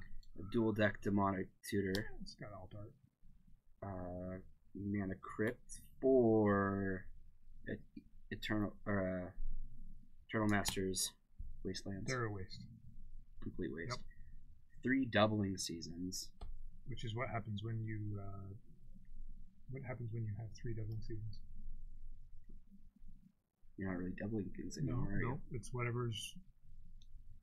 I don't know what happens if you double something that's been doubled twice. You're not doubling. Nope. That's all I know. I think there's a name for it, but I don't know what it is. Well, let's ask the physics major. 2 Scalding Tarns, a Snapcaster Mage, 4 Hierarchs. They are. I'm interested. One's I'm interested foil. in those. One's foil? No, one is foil. They're all from MM15. Mm-hmm. We got 2 Plateaus. Man, I almost forgot that. We're going to watch Magic here. What? We're going to watch I'm looking through stuff. Christian Sneak and Show. But there's 3 And Taigas. see if he can win on turn 2. So 3 tropical it's islands. fine. You do that. And 4 Underground Seas. One of them even has a signature on it for reasons. It's pretty. There's a Legends Caracas. Right? There's 2 of them, I think. No, just the one. other one's a Dumb Caracas. Don't There are 4 more Ancient Tombs. Ancient Tombs. Why do you got 8 of them? And then there are 4 Mox Diamonds and another Volcanic Island and another Volcanic Island. Wow, so there are 3 of them. And a Tundra, and a Bayou, and a Savannah, and then your weird Garrick not Proxy. Altered checklist card. Alter checklist card. Yeah, There we go. yeah. Wow, that's a lot of I goodies. still have that for some reason. I'm not sure why. I'm the jealous one. I just want your chains. That's and your tabby. That's all I Xbox want. Live is down, so you're back? That's weird. Okay. Welcome back.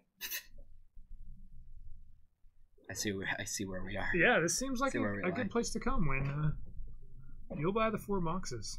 You can. They're at a good price. I have to look it up. It's lower than market. Captain Cute. Oh, you're Bice. Mm-hmm. Interesting. Never heard you be called Bice before. What do I have on that? What up, Captain? There's something like Bice and Kyre. they're like 180 each or something like that. That's pretty good. That's a really good price. Yeah, yeah.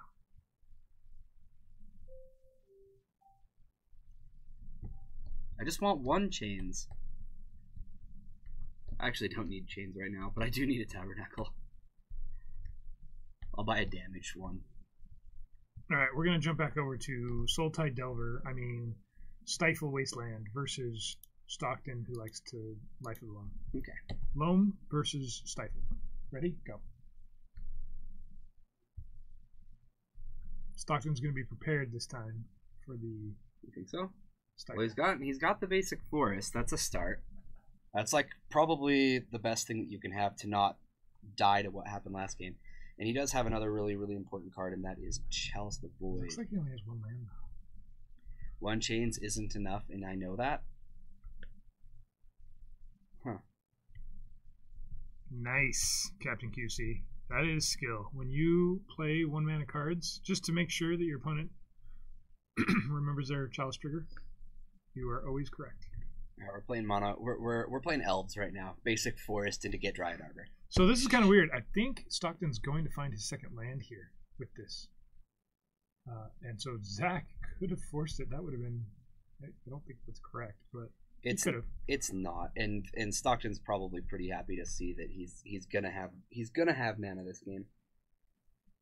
Yeah, he's gonna run out of Chalice, and it's gonna get either dazed or abrupticate or Forest. It's gonna be interacted with, that's for sure. No Chalices. Do I own a tabby? I do not. It's probably the only card that, like, for Legacy that I actually need. I can't think of anything else I particularly need right now. I can play, like, I have everything for Grixis. I have, like, all but, like, 2 Noble Hierarchs for Maverick. I don't care to play Miracles ever. Yeah, So- Arbor would protect, except I didn't think he had a 2nd land. Otherwise, you're absolutely right. In fact, I even think I can play lands. If I had the tabby, I could play lands. Now I'm curious. Hold on. Probably, that's the main thing, right?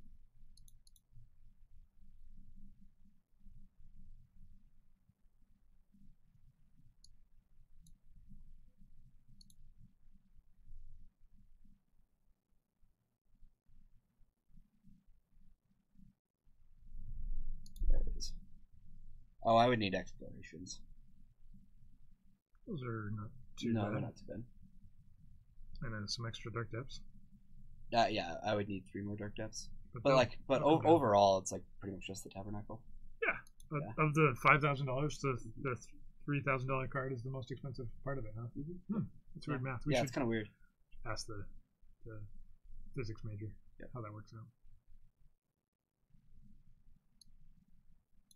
What you do is you borrow Loam, and you get that out of your system, and then you play real Magic afterwards. That's what you do. QC. Oh, that's what you do. Because if you're not losing to Red Elemental Blast, you're not playing Legacy. That's how it works.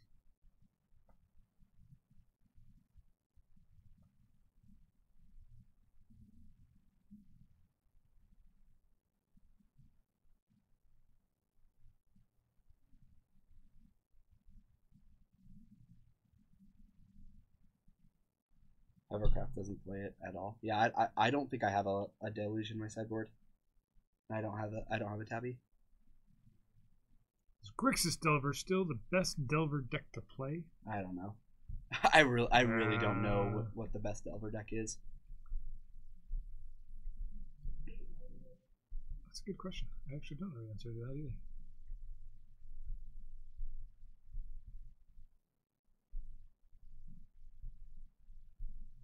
Yeah, I'll pick up a tabby eventually.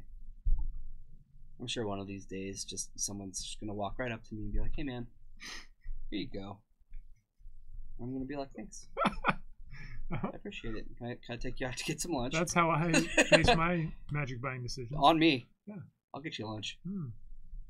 Heck, I'll take you out to dinner.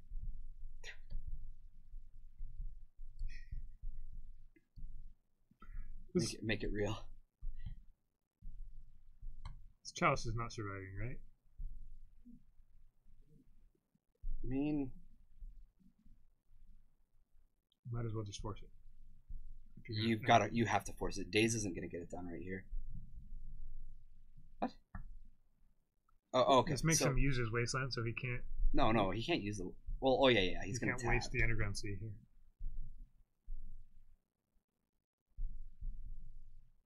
Yeah, pay for it, obviously, and then we're gonna use the other days to cast Force of Will. Wow. Why not just force it? Because he would lose his underground sea to the wasteland. Okay. Right? He needs the. This way he can stifle the wasteland. Yep. Does he have stifle? Okay. I think so. Oh, maybe not. Maybe he did have Pitching needle on wasteland. Okay, that makes sense. He pitched the stifle. Okay, that's one way to get there. Well, that's something that can be interacted with pretty easily. There's this thing called Abrupt Decay that you really like against Delver. You just get rid of that, and I guess he would need a black mana. Have you ever seen a Pithing Needle decay? Oh yeah. Oh yeah, because it happens so abruptly. I watched it get abruptly decayed. Never seen like it's either there, being a needle, pithing and pithing or pithing, and then suddenly it's no longer. It's just in the graveyard, broken into little pieces. Oh. You don't actually see the decay process happen. There you go. Is this going to be an abrupt decay? Yeah, it looks like it. Kaboom! Let's wasteland. See, watch. There's the needle. Okay. There it is. Zach's like, we can hear. I'm watching. Going. So remember last game how Zach just tore Stockton's mana base apart? He's gonna try to daze the abrupt decay. This works. It doesn't get countered, but he gets his underground. He gets his underground sea back. I like it. We're gonna attack for 1. So, unless like multiple lands are ripped in a row here, it's gonna be really hard to get this Tarmogoyf into play. You can put down a Gurmag. Gurmag. He is going to get a Gurmag this turn. It's very Gurmagly. A Tassimag Gurmafingler. Yep, Tassimag Gurmafingler. We have seen 2. This is the second one. It's the same one actually. Mm-hmm. It's just the second sighting. Right. Yeah. It's a big fish. So if a black mana is drawn, then we will see Liliana. You didn't know Zach is actually playing Soultide Delver Zombie. Oh, okay. That's what he's playing. So here's Life from the Loam. We're gonna get back a land. We're gonna crack it. We're gonna go find a black source. And we're gonna play Liliana. Does he have another daze? I do not think so. That would be awesome. There's like 3 that are already he's in exile. playing with 16, so it's fine. Oh, 16 dazes. That's right. Yeah, that's the correct number. Okay. I always forget how many Sultai Delver plays. Well, you play with 7 because that's how many days in the week there are. Whoa, nice. Good one. Yep, definitely. So this is kind of crazy because being able to get rid of Gurmag Angler is really good for Stockton, but at the same time, I think he kind of wanted to wasteland last turn. Taking 5 probably would have been fine to get rid of a land. Yep, and now this opens up an opportunity for Zach to play another creature. Or yep, there's an abrupt decay for Liliana. Nope, 7. Nice try though. We're gonna dredge. So we can go. Don't we wasteland in response to that dredge? Don't we wasteland and then get back wasteland and? Yeah, you can still do that. You wasteland now. Oh, okay. Yeah. Right. He doesn't cast it. Level. I don't play this deck. Attack for Come 1. Sequencing doesn't matter. There's a Ghost Quarter. Ooh, I would fire both off. Yep. I think I prefer wasteland. Loam wasteland. But okay. I like wasteland Loam wasteland better. That's for sure. But I don't hate this. It's definitely not great, but there's probably not a lot of basics in Zach's deck, and I don't know. How did the Tarmogoyf die? He didn't cast Tarmogoyf. Oh. He abrupt decayed the Liliana. Oh, okay. That may have been incorrect. Yep. Cast Loam. Yeah, he definitely should have wastelanded. Yeah. Oh, he plays Wasteland? No. Okay. Wait, he didn't play. Oh, no, he played the Ghost Quarter. That's right. Yeah. Okay. We're don't worry, chat. We are following this line perfectly. You know everything that's happened. Maybe. Absolutely. 100%. Yeah, I think that's gonna bite him. I really do.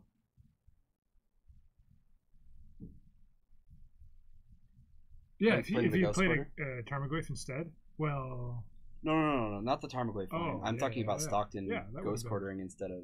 definitely stronger. Okay. Looks like he's gonna get the W anyway. 1-1. I mean, it wasn't looking good for Zach no matter what, but still letting him have the basic there was kind of strange. 5 was the right number at Dazes? Yeah. Really? That's what he says. I told him he was wrong. On this stream, it's always been 16. No, 7. Oh, 7? Yeah. How many terminuses was correct? 12, right? 12 terminus? Between 12 and 35. I don't know. So somewhere in that range. Sometimes I've seen 12. Sometimes I've seen 35 get played. I don't know. I can't keep track. All right, let's come over here. We've got Burn versus Sneak and Show. I'm guessing this is game 3 because we saw game 1 conclude briefly. Or maybe it's not. I don't know. I'm just guessing. That's what we do here. We use exact science to tell people exactly what happened. Mm-hmm. Uh-oh. I want to know what... I just want to know the sad part, actually, Captain QC. I kind of want to know the amazing part. I don't really like all the sad stuff. Whoa. Chain Lightning just straight up gets Force of Willed? What? Okay. Huh? You were on Parfait, opponent was on Loam, and you got Chels on 1, 2, 3, and 4. That is something sad and amazing. Yep, and that'll do. So that's a game. That just happened. Why Force of Will to Chain Lightning? Because he wanted to. Because he knew he had the win next turn. You gonna come hang out with us? I don't know. You're welcome to if you'd like. You're just gonna steal a chair. Yeah, I'll come sit. We still have game 3 for our other match, right? Yeah. Okay, here we go. It just started. Hey, look, it's a Delver in this Delver deck. Mhm. Told you it was. You can tell because of all the scribbles. Sultai, Gurmak Fingler. Tasmac Grimafingler. Sultai Fingler. Alright. Green Sun. This is gonna get a dry Subtract Harbor? No, that's what they don't call it because it adds mana. Oh. Doesn't Oh, take it sorry. away. Oh, That dry doesn't make add. sense. Yeah. Dry add. Yeah, Arbor. yeah. Come on. I don't know why I got it wrong. You don't even want to know what happens if that card gets wet. Then it's the wet Subtract Yeah, Harbor? it's no longer dry. Oh. God, why is this still funny a year later? We don't actually make new puns. We just use the same. We just ones. stop using them for 6 months and then just bring them back. Yeah.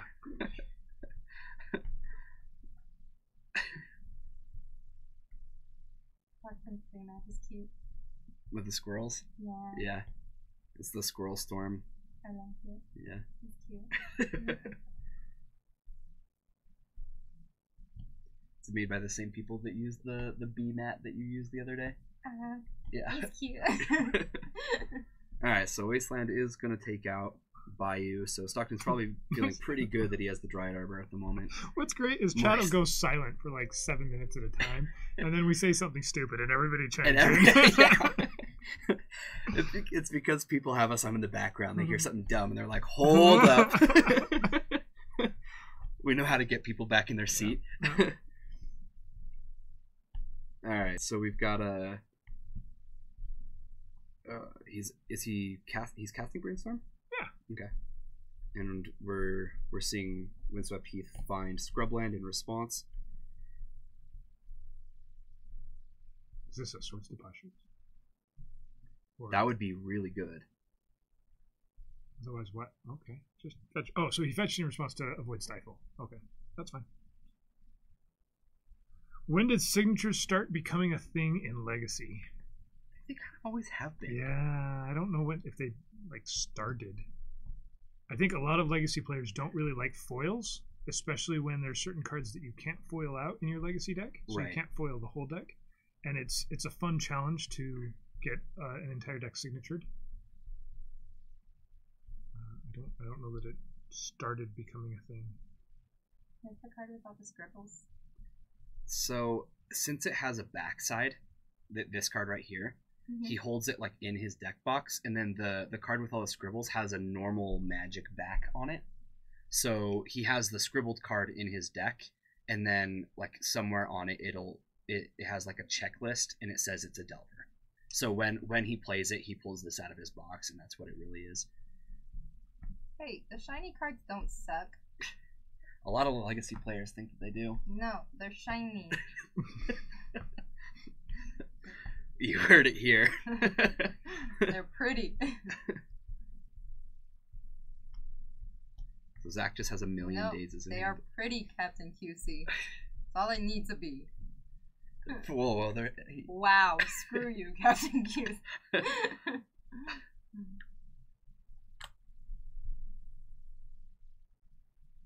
Yes, GPs and opens have made signatures much more available. Yeah, we see more of them nowadays because they are a little easier to obtain. That is true. Well, and there's something There's a very lot of- personal about it too, right? Like Yes. I got my dazes or whatever signed by the artist instead of, hey, I bought these. I only foils. own a couple cards that I didn't have signed personally. I think one of them is an Underground Sea, but yeah, most of my cards that are signed, I walked up to the artist, and got them signed. I'm lost.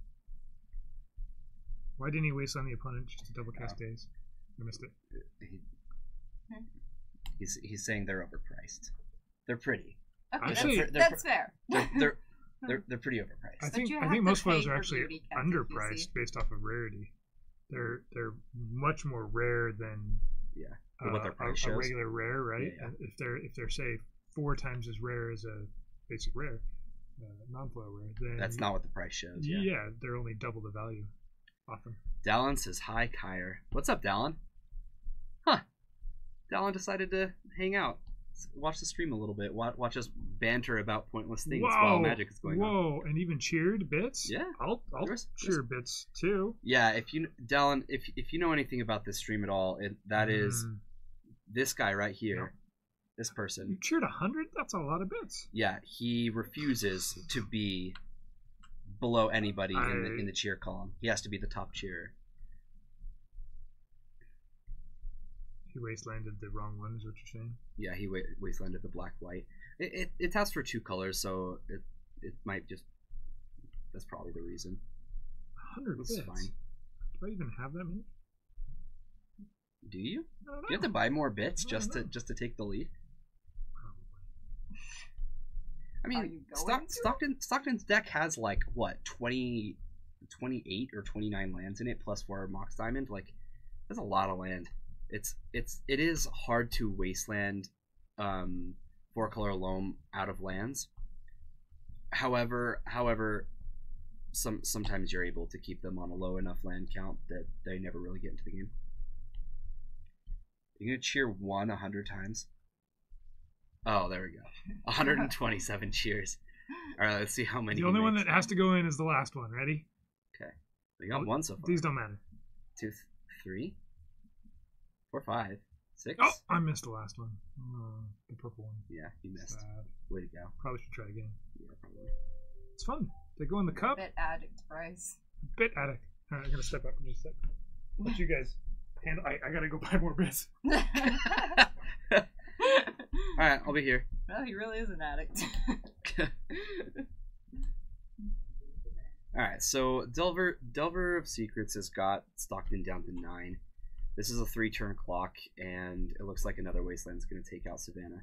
So Stockton really doesn't have a lot of time to deal with this, and he doesn't have a red mana for Punishing Fire. He doesn't have a black mana to be able to Abrupt Decay, and you need double black to cast Liliana, and those are the main things that he's going to need to be able to deal with this Insectile Aberration. The only other card I could think of that would kind of bail him out is Mazavith. Mazavith would actually probably be the best card to find, and the reason for that is it's not going to get countered, and it's just one card that deals with it. Wait, what is he doing? Is he Ghost Quartering his Wasteland?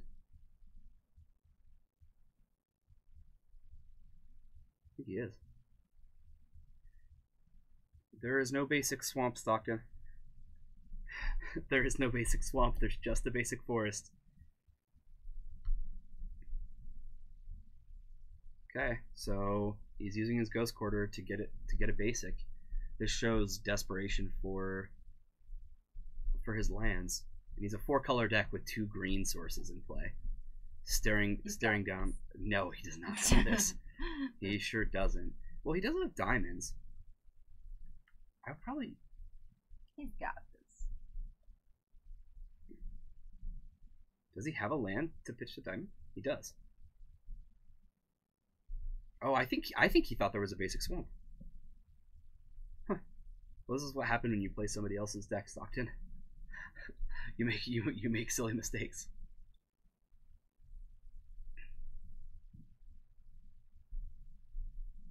Two green though. No, he's not gonna play Colonian Tusker. Get out of here. Never mind. I changed my mind. That's gonna lose. Yeah. He looks like the type of person that would lose, doesn't he? Yeah. He did say hi to me though as I came in. Yeah. Yeah. That's nice. Oh, we had somebody earlier in the stream. Kind of, they were mad that nobody was going to be playing Dredge today. Oh. And then I asked, I was like, "Were you talking about Hannah?" And he said, "Yeah." Oh wow, you guys are still on that. So they're wondering when the heck you're going to come and play Dredge. Whenever I can with work, and I've actually played the deck. I played my first tournament last week. Mhm. That was fun. How'd you do? I did 2-2, right? Yeah. That's what. Yeah. 2 wins, 2 losses. I played mono red. I actually stole Kyre's deck. Mm-hmm. All right. Looks like Zach got that.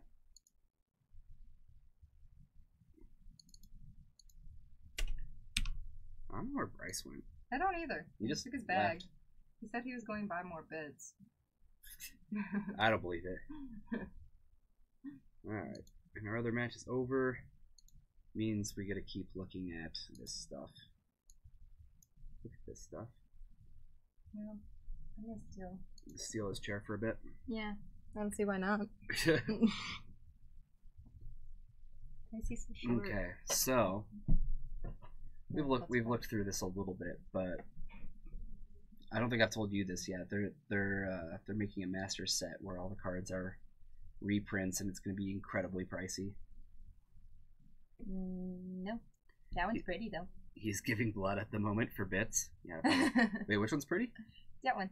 Dark Depths? Yeah. Huh. I think it looks pretty. You want to see a prettier one? Yeah. Okay. You had to go to the bit store. There was probably one. Yeah, probably. Yeah, that one. Ooh. Yeah. Has like an extended border. I like that one. You're right. Mm-hmm. What others do you like? Do you like the weird shirtless guy? No, he's weird. He's kind of cool. Yeah, I like him too. He's like a ghost. Yeah, I like that. It's not like the bent neck lady. No. Yeah, we've been watching the Haunting at Hill House. It's good. It's really good. pretty good. And I don't really like horror movies or shows or whatever, and I've actually really enjoyed it. We're gonna do episode 5 tonight. Mm-hmm. Yeah, I like the new Yugorios art like a lot. I actually think it's really good. I really didn't have any attachment. I didn't have any attachment to the first one. Is there like a prettier version of that one? Matt says it's full art, not extended border. Screw yourself, Matt. It's not full art. Alright, Bryce is back. He's gonna steal his seat No, back. we don't have any magic to watch. We're all done. So wait, are we done? No. I was gonna say, I'm like, we have enough. We have plenty of people. You can just have that. We have plenty of people for 4 rounds today. Yeah. 10 minutes. I don't know if we have Okay. Okay. So move, and he leaves. Wait, what guy needs a bandana? I like your mat. No, it does not need a swamp. I thought it was funny that you like tried to fetch for it too. Yeah, I just wondered, like, because either way I was dead. So I was just like, okay, let's try it. Were you? Yeah, I think you probably were. Yeah. I like your mat. I do. I like There are people, Stockton. There are people who like are trying to get a swamp into the deck. I've seen people in the Facebook that have tried making room for it. Yeah. You want to know what would get cut? One of the bayous. If I put a swamp in. Ooh, that one's kind of. Can I tell you something? It's bad. Yeah. It's That's bad. great. Yeah. It is 100% not full art. A banana Kyre Tassiger? What? What are you talking about? He's talking about Tassiger. That's this guy. He needs a banana. A A banana? I, Oh, that's right. The other Tasker has banana. Well, bananas are amazing, but I'm a little biased. It's I a do zombie like fish, banana. right? Is that what it is? Yeah. No, it's a half naked man. Tassimag, my finger. No, that's definitely a half naked man. I've seen naked men. We're back to looking at these Yeah, cards I wanted her to tell me what her favorites were. Oh, which one's your favorite? She I really like that Dark Depths one. she likes Dark Depths. That's cool. That dude, he's gonna die. And the ghost thingy. And she liked That the one, Glorious but I liked Vengeance. the other version of it. This one. Oh yeah, this one. I like that one. That one's kind of cool too, the Bitter Blossom. Yeah, I really like the new art, which is kind of crazy because like I was talking to somebody last night about this, and I was really upset about the Life from the Loam because like this to me, I do not care for this at all, Okay. and I really like Therese Nielsen's art on Life from the Loam, so I'm like, why in the world would you get rid of it? She's like one of the most iconic, artists. Therese Nielsen is, and then on the other side, I was thinking like, why would you change the art of Bitter Blossom? Like the Rebecca Gay art's like amazing, but actually I'm a fan. I'm a fan of this art a lot. The Bellfire Dragon. Bellfire Dragon. Yeah. This one's Bryce's favorite. That one's pretty. Mm-hmm. I think I like most of them except for the half naked man. You don't like that? He's not a very good looking half naked man. I like that a lot of these have not the new style of magic art, right? Like the Reanimate is kind of the new style of magic art. That's what everything is. Yeah, definitely. I like that And one. the Goro's Vengeance is kind of the old. Yeah, it kind of is. Feeling back. This to a variety. this card, this art for Bitter Blossom feels very Lorwyn. Like Oh yeah. I think they did a really, really good job on this.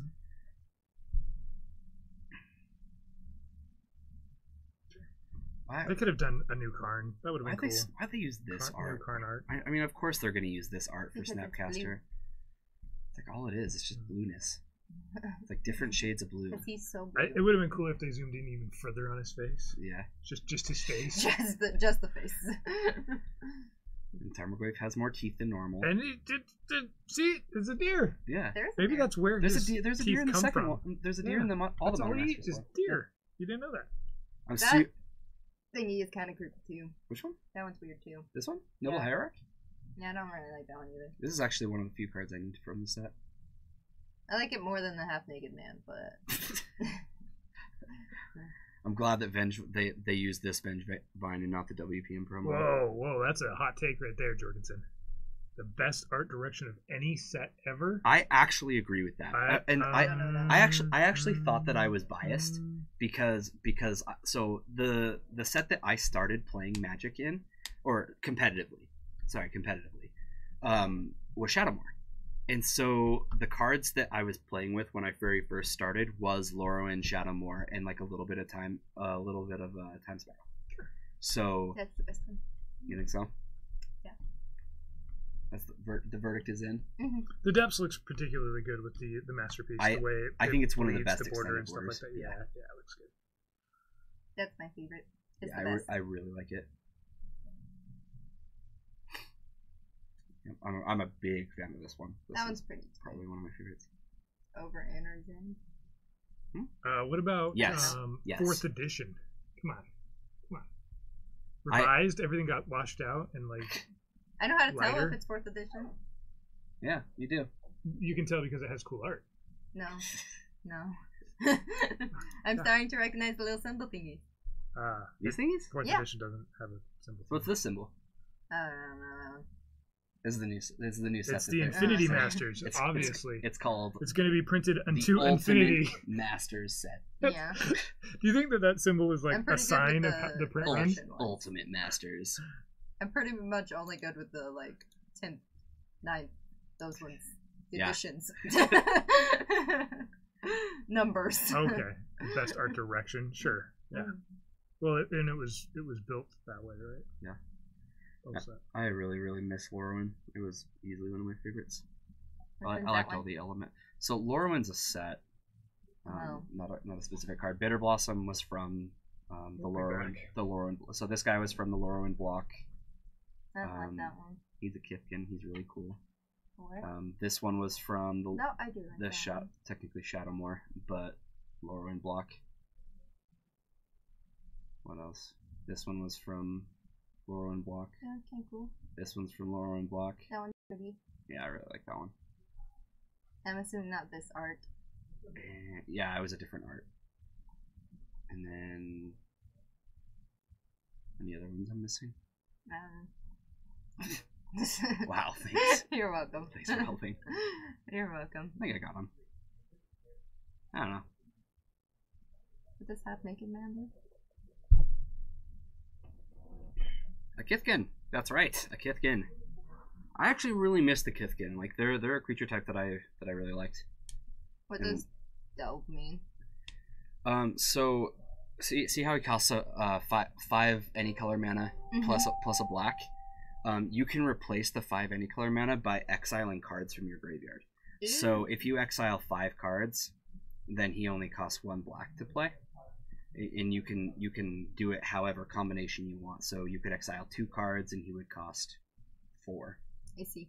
3 cards, he costs 3. That kind of a thing. So that's what Delve does. It affects the cost. Okay. He's your Kithkin kin. Kin. The first deck I ever played in competitive Magic was a red white or the first deck that I took to like a big tournament. Sorry, was after Shards of Alara came out, and I played a red white Kithkin deck that had a Johnny Vengeance in it. It was actually really cool. What's a Kithkin? He's a Kithkin. That They're kind of like a means. dwarf. They're kind of like a dwarf, but they've got like a bigger head and like really big eyes. I see. So just a smarter dwarf. Yes. Huh. Mhm. I see. Okay. That's actually what I said. Mhm.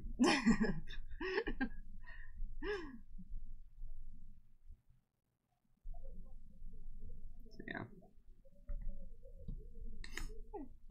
Yeah, the Kithkin cards were really cool. I liked them.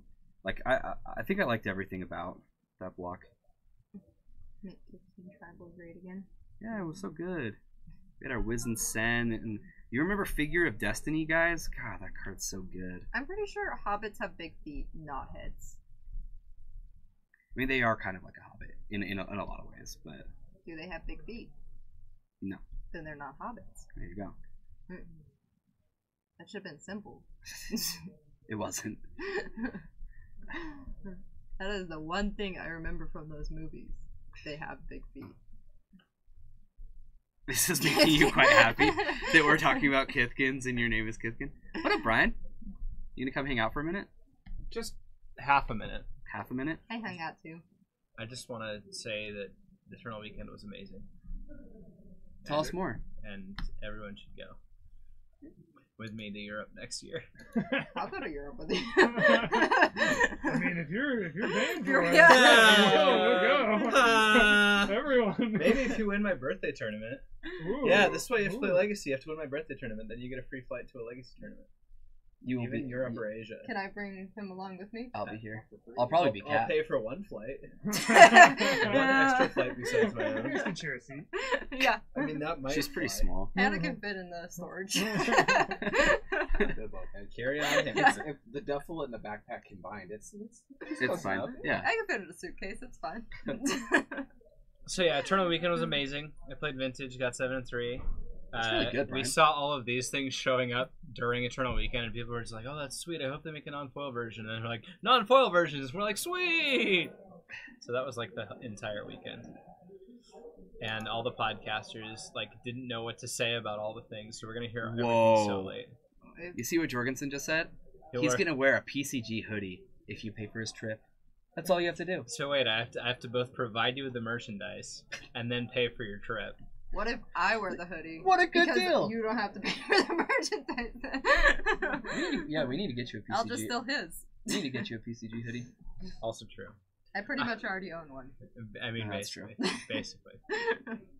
So regardless, Jorgensen, you're gonna be here for that tournament anyways. Just win it. Just actually prepare for the tournament. Am I casting that tournament? Probably. I don't know if we've decided who's casting it yet. I don't know if we've decided if anyone's casting it yet. Last year it was me and Bryce, right? Yeah. And then we had a 24-hour stream. That was amazing, by the way. I really enjoyed that 24. So that's a thing we're gonna do again, right? We're probably doing it again. Okay. Because we opened this room up, and whoever was here just got to hang out, and we just played MTGO, played and MTGO we had people play their featured decks, and we just made fun of them the whole time. It was so funny. And then we played Bomberman right as it was kind of starting up, and I went 4-1 with it. Dude, you know the highlight. First off, that's where Luxskill Deathrite came from, and second off, that was the night where I had Fox sit with me, and we beat the people. They had the Pillow Fort deck. Rest in Peace and Energy Field. Okay, they had that combo up, and we beat them with those on board. with damage. I'm going to say that actually happened several times during Eternal Weekend because there were several people playing Rip Helm, Rip Energy Field combo decks. Who plays Wild Slash? No one. That's what happened. Exactly. We Wild Slashed them and killed them. So you can't counter this. Blah. It makes it so damage can't be prevented till the end of turn, and we swung and killed them. Exactly. It was amazing. That's the first time I've ever done that. Jorg, you can't be worse than me. So there you go. I mean, he's he's better than mediocre at Magic. I'll say that, but he also chooses mediocre decks sometimes. I get that vibe from him. I think he plays Magic like I do. He plays lands pretty well though. So yeah, that's where I fall. Just get better at lands, Jorgensen.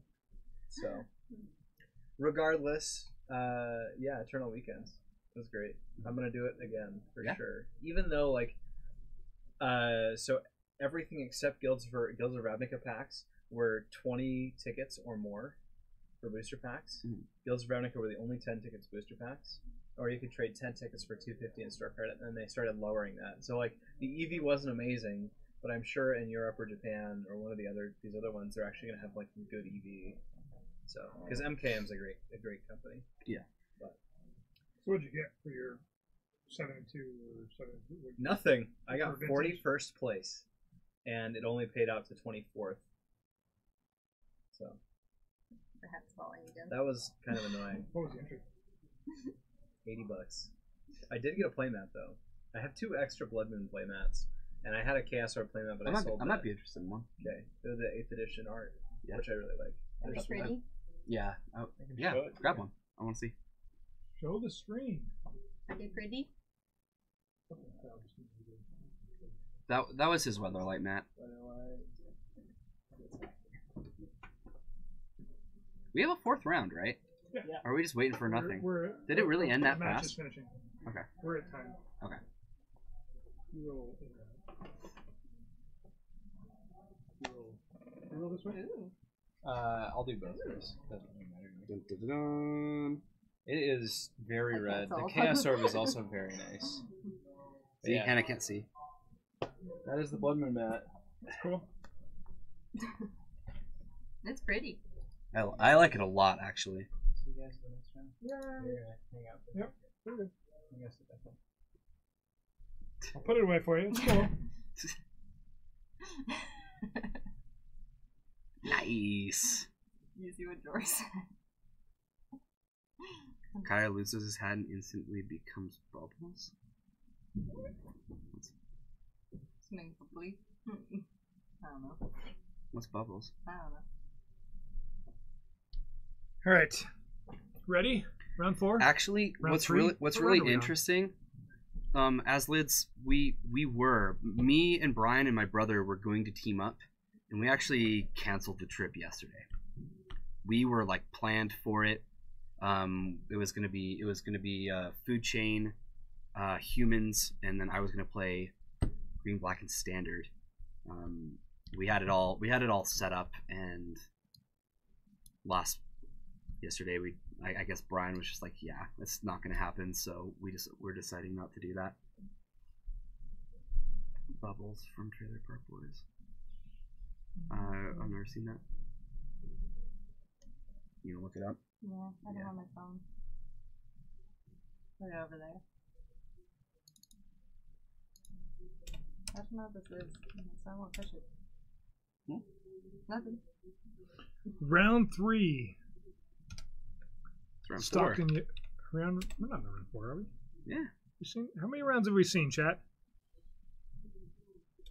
I've seen one. Yeah, it's 9:30. Okay. It's round 4, isn't it? I don't know. I count 2. Oh, Yeah, it's equals 3. Okay. Round 3 or 4. Does not look like me at all. You just see some of it. Well, I don't agree that this looks like Kyre. This is a hilarious looking person. You want to watch us die on this chair? If we need a third, yeah. Unfortunately, when we canceled, we just all decided not to. I've been like really tight on cash lately, and Brian was gonna lend me the trip pretty much. I'm okay. Oh, Ryan McLean, huh? Bubbles is the best character. He looks hilarious. But I don't agree that Kyre looks like him. Ready, say magic. All right, so this is Connor and Zach. Yep. This is the undefeated table, right? Sure. I think so. Yeah, let's switch some stuff up here. So I like Zach's map. Yeah, the Liz Danforth. Him. Mm-hmm. Oh man, I have one of them signed. It is a gorgeous signature. Looks really good. The Quentin Hoover signature is kind of cooler. Sultai. We've got Connor on burn. It's not a foil Grand Prix mat, so it's only so cool.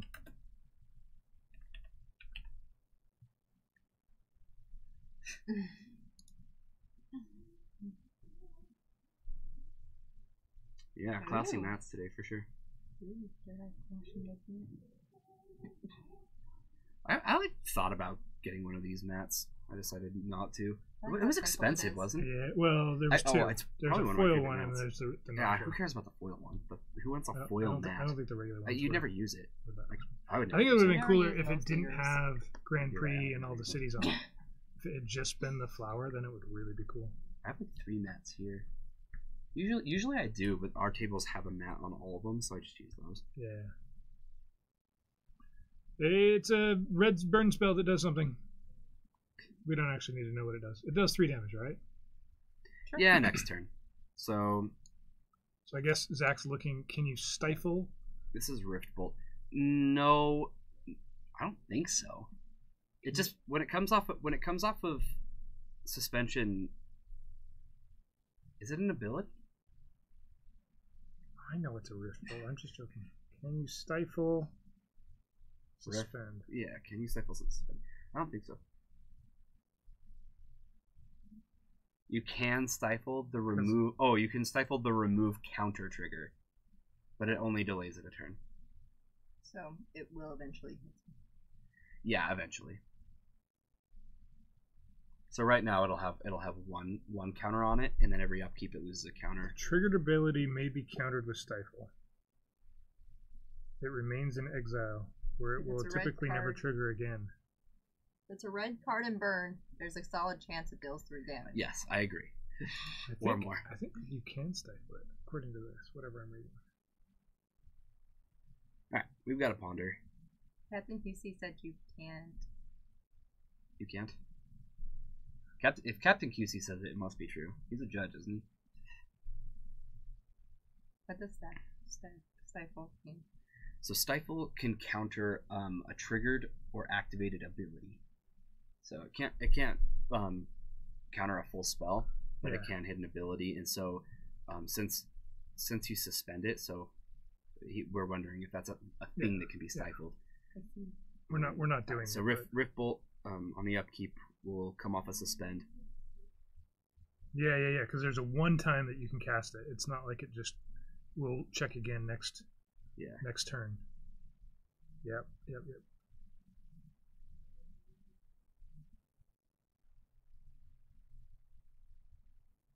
Yeah. So I think you can counter it. He didn't.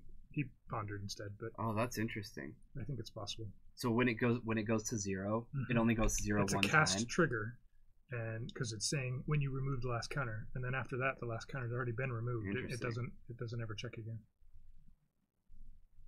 All right, so we've got a lava spike and an attack. Lava Spike got forced, Oh, we got forced. so he gained 2 life through that force of will there. He used 2 cards to gain 2 life.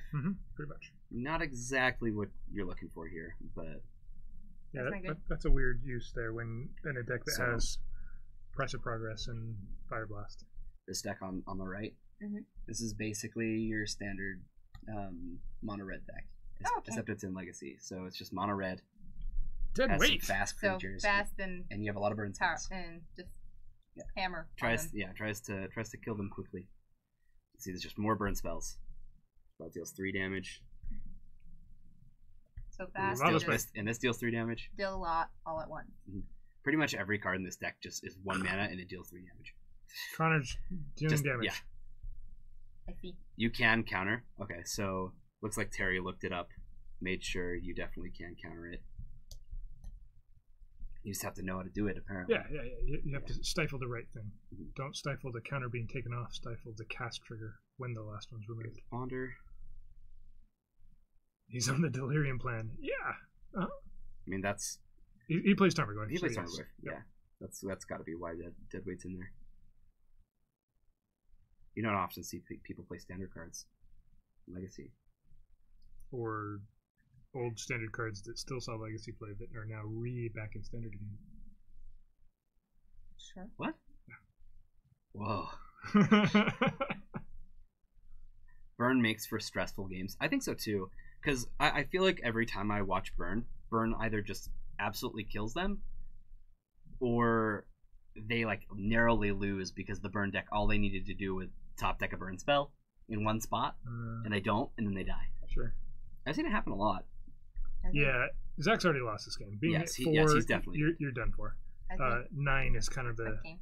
Yeah, it does make for a quick game. That's for sure. It usually loses or wins very quickly. You can never lose to Burn. It is It's impossible. Oh.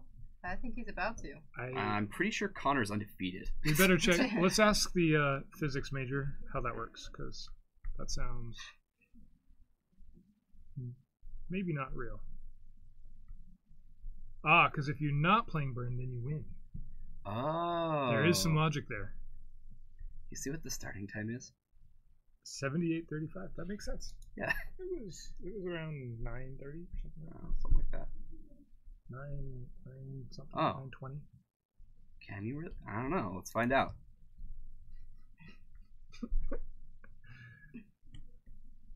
Maybe Zach will just concede, and that's how Connor will win. Yeah, there you go. That's the way Burn wins. Maybe. I think he needs a Grimag Angler. He's sitting on a lightning bolt in hand. There's a force. Haha! Got him! I'll go to 2. There's nothing in your deck that you can draw that deals 2 damage. Nope. Right? Not a single card. Just all of it. If he goes mountain, Then maybe Zach wins this game. Zach probably still doesn't. Oh, no, he's got a clock. Mountain, off the top. Ready? Oh. I think that was a mountain. Oh. It didn't get cast right away, so it must be a mountain. I didn't see what it was, but all right. 4 turns.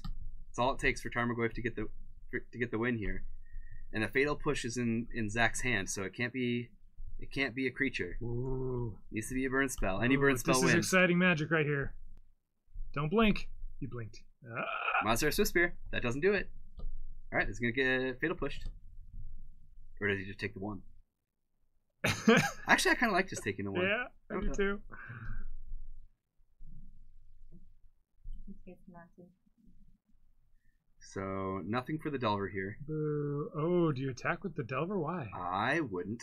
Maybe he drew a creature. I mean, otherwise, why would he have not played something? Yeah, okay. Yep, okay. Grimag Angler. Ooh. And this is exactly what I'm talking about. If he draws the burn spell, he wins. If he doesn't, he loses.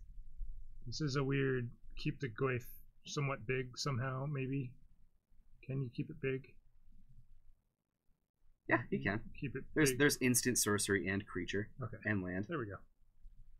Oh! Price. You got it. Alright. Burn found the burn spell just in time. It didn't win, though. How did he not win? Yeah. Huh? Terry says you can't win. It's not possible. It's Do we just- impossible. That's what he Do said. we just trust everything that Terry says? Uh-huh. No. Sorry, Terry. I tried. Here's our backup match. Ryan is playing Elves. Elves. Just what you expected. And his opponent is not Stockton. listed. Stockton, of course. Yeah, squirrels. Playing Loam and just Loam. Mhm. And for some reason, Wow, we that can't guy see has Ryan's Link. cards. Yeah, he does have a link mat, doesn't he? He's He's never more wrong than you, Bryce. but he's ever more wrong than I. Wait. Huh? I'm confused. Oh! Punishing Fire comes back. Yeah. So Is Punishing Fire good versus Elves? amazing. Wait. So It- getting to deal 2 damage to all of the creatures and kill them is good? Yes. Huh. Yep, let's get rid of the Nettle Sentinel. Seems like a good thing to do. He's even more wrong than I am? Whoa. Wow. That's some harsh reality for you there, Terry. I bet Terry didn't even know he was that wrong. But he has the wrong P-Fire art for all the other P-Fires, so he's just wrong. Why are you telling him that? Just let him think I'm doing it right. What? As lids, I like all my cards to not match. So that's the only P-Fire like that. Oh, ducking weight. I'm so confused. Terry, what are you celebrating? Yeah, what is he celebrating? Something about ducks. Yeah. All the ducks. What did Stockton think he was playing here? Probably a duck. What? Or Ryan, you mean? Are we on Ryan's turn? Yeah, Ryan's Oh, definitely. I'm what definitely thinking here. paying all the attention. Stockton's tapped out. What is he thinking about? I thought he had just tapped 2 mana. Alright, looks like a Wooded Hills here for Ryan. And he's trying to figure out what the heck he wants to do. He's got a Heritage Druid in hand. And it looks like he's got a Glimpse too. No? He's just going to wait a turn, try to Glimpse. Next turn, I guess? More burn! Why are we watching this like actual You're right. interactive magic? They haven't started yet. Hold on. Maybe they already finished their game. Yeah, sorry guys. Game 2's over. We missed it. There it is. They're staying. Alright. Ah, take 3. No. He's like, yeah, 3U, and then Zach's that was like, a better no. way to counter things. Way better way to counter things. 1 mana Spell Pierce instead of Spell Pierce seems insane in this matchup. Force Pitch. Do you keep Force of Wills in? Yeah, you need to be able. I think you need them for Eidolons. I'm pretty Price sure. of Progress. Yeah, and Price. Potentially Fire Fire Blast. Blast. Yeah. I think those are the things that you want to counter. Probably not the Lava Spike that's going to end No. up dealing you damage anyway. Mm-hmm. Probably not. Definitely fucked out. I mean, he needed to counter one of those because there were so many 1 mana burn spells that last game. But burn can be frustrating because sometimes you have a hand that destroys all the creatures, right? And so if they draw creatures, you're going to win. Other times you'll draw a hand that counters all the spells and you'll lose to creatures. It can be frustrating. Oh, you're celebrating something that's happening in the election. I gotcha. What election? We're watching Magic.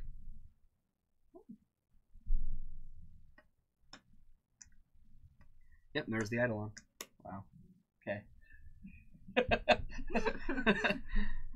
I gotta take it away. It's an Eidolon, which we all know Isn't Idol off? isn't Idol off. Yep. Yep. Yep, we know.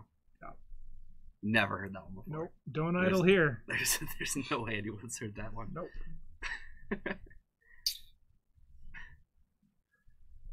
All right, we got a Gurmag Angler. That's where you want to be in this matchup. Is it like an anglerfish? It is like an anglerfish, yes. That's cool. Mm-hmm. It's basically the exact same card as that half-naked dude you saw. Except Okay. it's memeing saying Ermagerd, which is why it's Gurmag. Yeah. Same thing. I see. Yeah. Is he ugly like the half-naked man? If you pictured a half-naked man as a fish, yes. I got it. With a really big mouth. It's in my head now. I'm not sure I can picture that, but more power to you. I'm sure you can. It's a half-naked manfish. But you've seen the art. I'm sure you can picture. I'm just making stuff up. I like it when the burn player has to think. That's how you know you're winning. When they have to wait, I actually have to sequence my things and do things correctly to make this work. Yeah, Sulfuric Vortex is a very, very interesting play here. Because guess who's winning the race at the moment? On the board, it's Zach. Yeah. Yeah! Gurmag! Gurmag. That's what I say every time I play it. Yeah? No, never once. I've never said that. I don't know what I was. I don't know what I was thinking. I'm sorry. Gurmag.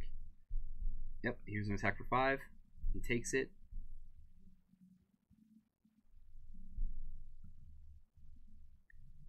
And do you take the 2 damage to play the Tarmogoyf? I think you do. It might not be big enough because his graveyard's removed. Is Lava Spike the only card in the graveyard right now?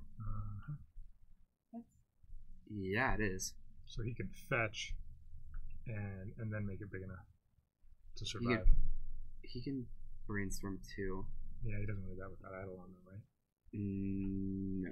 I think you just want to play the Goyf and win from there. So fetch land, Goyf, win. Yeah. Sounds like a game plan to me. It sure does. He actually has an Abrupt Decay. That's interesting. Yeah. So you could Abrupt Decay the Eidolon. It bumps the Goyf up way bigger because it's an enchant creature, and then you win next turn. 5, 6, 7. He decided not to do anything. I think he has plans to Abrupt Decay this Eidolon. And then it would no longer be Eidolon. It would be Eidolon. No, it'd just be dead. Oh. It's still an Eidolon. It's just in your graveyard. Dang it. So, I'm confused. When is it ever Eidolon? Well, when it... You can't even say it with a straight face.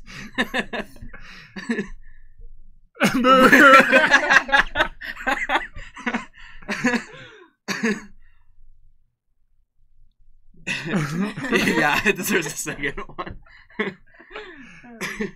That's called winning right there. That's how you win with a burn deck, Captain QC. Are we both getting booed here? Is it just Bryce?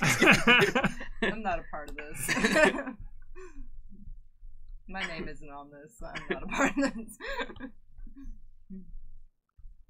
Not even wearing the right shirt. I think if you're Zach, I think you can hold Just Bryce. on waiting for the Tarmogoyf and the Abrupt Decay. You can let Connor throw a few more burn spells into his own Eidolon, and because you're winning the race, right? You just sit here. Yeah, Just sit here and win the race for a moment. It's working. I actually. Yeah. Is that winning, Bryce, or still losing? Either way, he's with me, so it's fine. It's fine. Nice. Now you got Terry on your side. That'll help. Hey, Captain QC, I think we need another boo. Believe all Bryces. That's risky. I think both lines are safe for Zach. I think you could play out a fetch line, play out your Goyf, and you'd be fine. I think I would have tried to get the second creature. God damn it. You're in the room. Sadly, it's a lot more than association.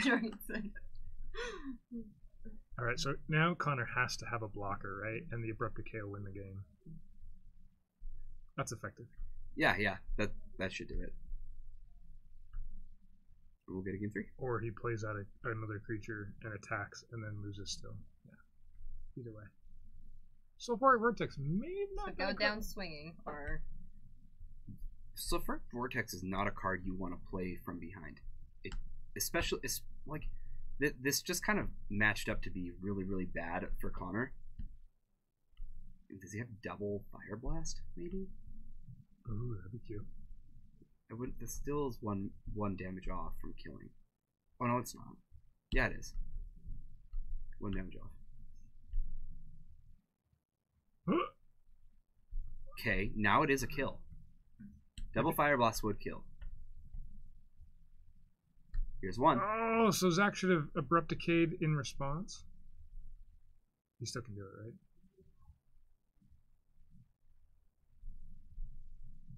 If he had Abrupt Decayed. Nope. Oh, that was it. Okay. Oh, Okay. that was cool. Game 3. The fact that he did it the first time. Yeah. Yes, yeah. Connor is brand new to Right, Legacy. right. That is true. And Burn is not an easy deck to play No, it's not. in Legacy. It's not as linear as it is in Modern or other Burn decks that you're used to playing, right? You really have to sequence things correctly and do math. I'm not sure who won the Yeah, game you here. gave him a good old scare. I'm gonna get you. I'm good. Okay, I'll scoop.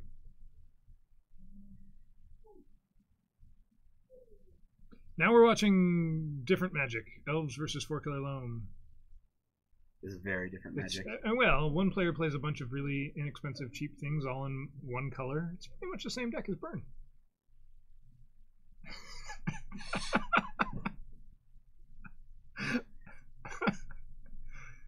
Yeah. So what's Burn's equivalent to Craterhoof, Behemoth, and Natural Order? The Price of Progress and Fire Blast. Oh, Yeah, it's the exact same thing. I think he's got this. you learn something new every day. All right, so we're gonna Screen start Sun off. Zenith is we're just gonna like Lava Spike. fetch for the Wet Ad Arbor.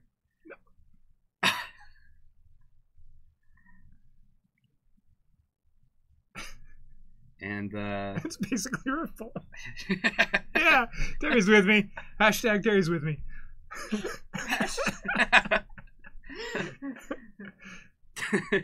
I kind of want this to become a thing. Magic is all about drawing the similarities and really, really finding the. We're just making stuff up. I was gonna say, my whole experience with Magic, I have not gotten that feeling. What? Both these players are playing Green Sun Zenith. Yep, and they're both gonna get Wet Ad Arbors. It's not. Neither of them are playing blue. What? Yep. Not sometimes. Not sometimes. Those are two separate things. Every Definitely not. Tuesday, I'll say something. You learn something new every day, and sometimes Bryce says things. Not sometimes. He definitely will say Yep. something. Yep.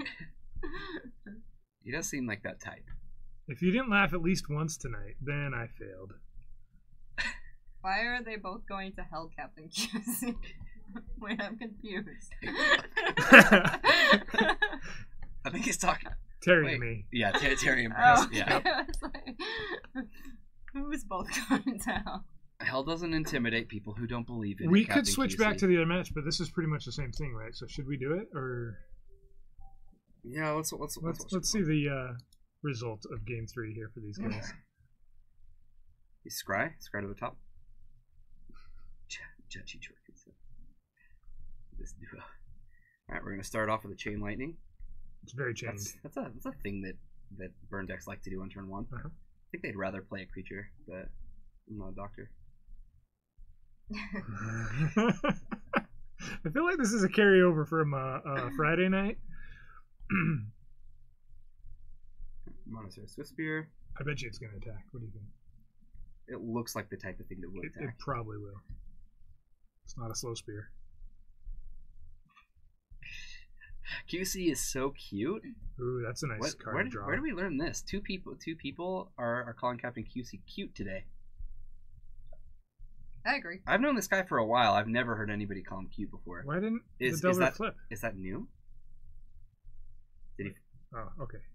He triggered it. It just He probably didn't just actually flip it. announced Yeah, it and didn't flip it yet. Dead weight. That's the first card you cut when you're playing 61 card main deck. Good to know. Mm-hmm. That's what everybody says. First you cut the dead weight. Is it? Maybe he was trying to bait the spell pierce, right? Like he knows there Maybe. is a spell pierce, and you might as well get it out of your hand. You gotta. It's gonna get something's gonna get countered. Oh, he's a QT, like I'm a cutie pie. yeah. We were very focused on commentating on the Magic until you got here. So It's just a typo, man. Now it's stuck. Look, Captain Cutie's here.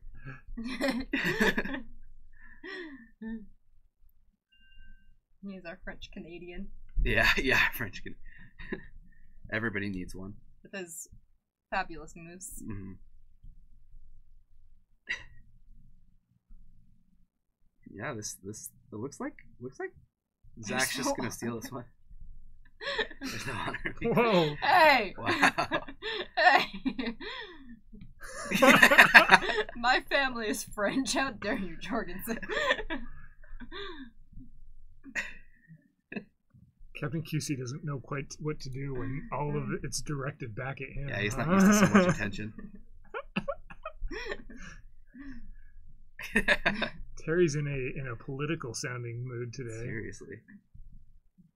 Nobody likes Terry when he's in that mood. Zach could have run out a Gurmag Angler there, right? Ooh, does he start wastelanding his own stuff? That is a good question. This is dealing 6 damage if he doesn't. Can he function off of 1 underground sea? I think he can. Yeah, I think he could. I think he could wasteland his trop. If we only roast the ones we love, that's true. It's very He true. could play the Gurmag Angler next turn. Some math here. It's optional. And then it's a Can you waste your own wasteland? No, you cannot. I actually didn't know that until last week. Terry's the one who told me.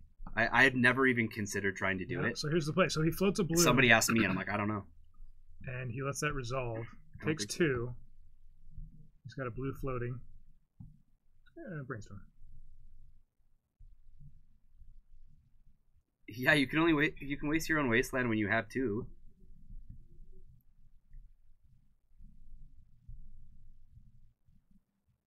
Look at the people who just identified as French and Canadian just now. Hey, Terry, I'm better than you. Wait, hold on. So Captain QC says that you actually can? I'm confused. Yeah, Captain QC says it's right. That's what we call a cute play. There you go.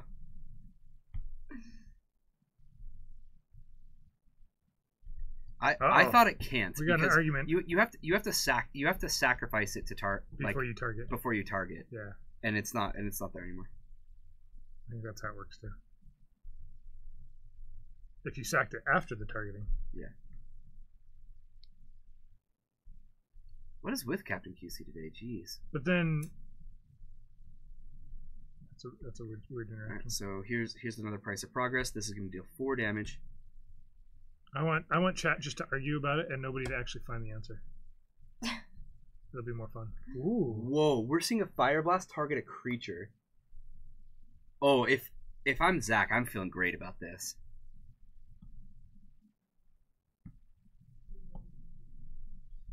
You can declare targets prior to paying costs.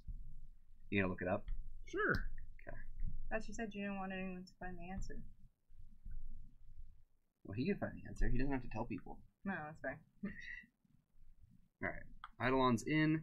Eidolon's a scary card to play when you're at 3. But yeah, looks like Zach's gonna get there. Sultai Delver is gonna 4-0 tonight. I punched you, I'm sorry. What is going on right now? Alright, let's jump over to our other match. This is Elves versus Agrolom. Or Clolom. Captain QC is correct. Looks like people looked it up. You can wasteland your own wasteland. I can't believe you lied to me, Terry. Like, I asked you because I thought you knew. You choose targets as you pay costs. There you go. You can wasteland your own wasteland. You finding it? Is that what it's saying? Well, this is one of those rulings that you get multiple people saying multiple things online. Well, that's definitely what's happening in our chat right now. Yeah. I thought that we'd have like one answer. Usually we do. This stream is so educational. You're welcome. MTG PBS. Can we rename our stream?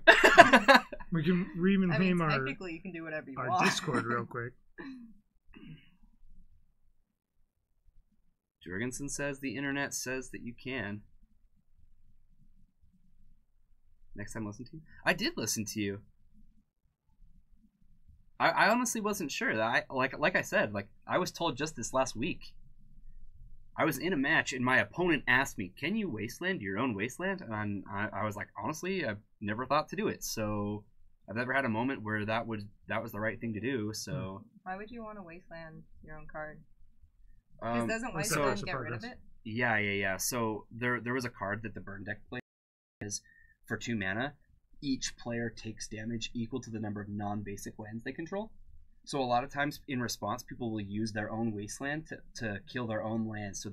So 2 lands die and they take 4 less damage off that card. I see. So it actually can be like absolutely the right thing to do, and that's what he did. He actually wastelanded his own land. But we're wondering if we can wasteland it like itself. The source okay, says you but that can. still doesn't make sense why you'd want to wasteland a card that destroys things. Because you There don't are- take as much damage that way. Yeah, there are moments that you might want to. Price of progress. All right, chat. What's the next controversial ruling topic we can argue about? I'm ready. Go. Don't ask that.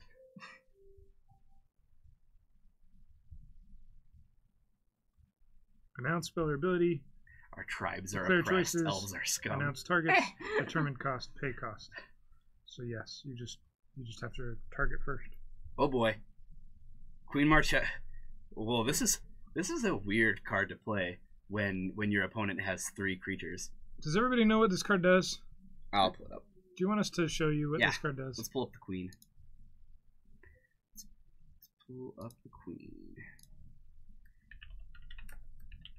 Did you find an actual ruling instead of just the source article? Jorgensen, I didn't mean that controversial. Reserve list. Why is this so good for Magic? Yeah, we've never talked about the reserve You list. on this can stream do it, but before. it gets backed up. Where are you finding that one?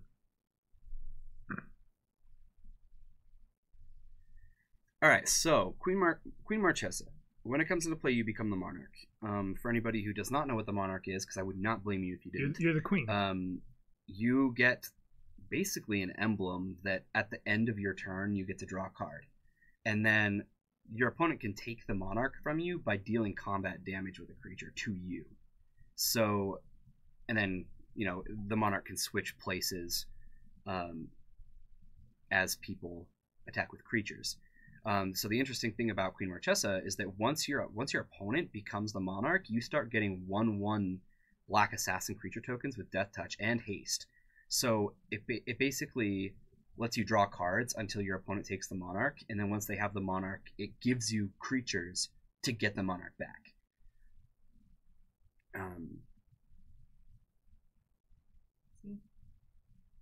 So she is really powerful.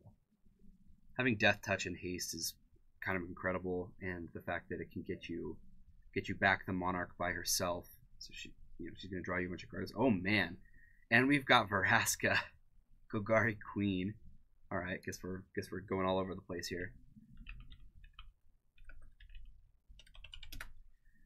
This is the new Vraska that has I still haven't found it, guys.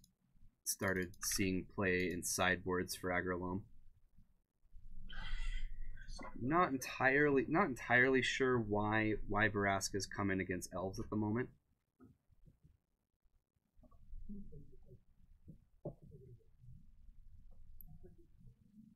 Bryce just went out to consult people. He's like, hey, can you wasteland your own wasteland?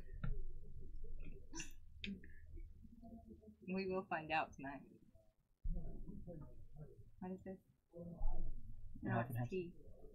It's like the juice. You should try it. It's like one of my favorites. No, not yet.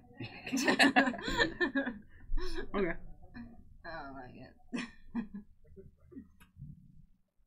All right, so Vraska ticks up, destroys Taiga, draws a card, and now he's drawing a card off the Monarch, drawing a card for turn, and drawing a card off Vraska for the foreseeable future. I love it. He actually found the Monarch token sitting right above his Chalice there. What are these modern cards? This is a standard card, actually. Queen Marchesa is only a legacy card, by the way, for the record. Queen Marchesa is only legal in legacy. I don't like my mouth still tastes like that. It's like one of my favorites. I don't know why I do that. I forgot. You're really picky.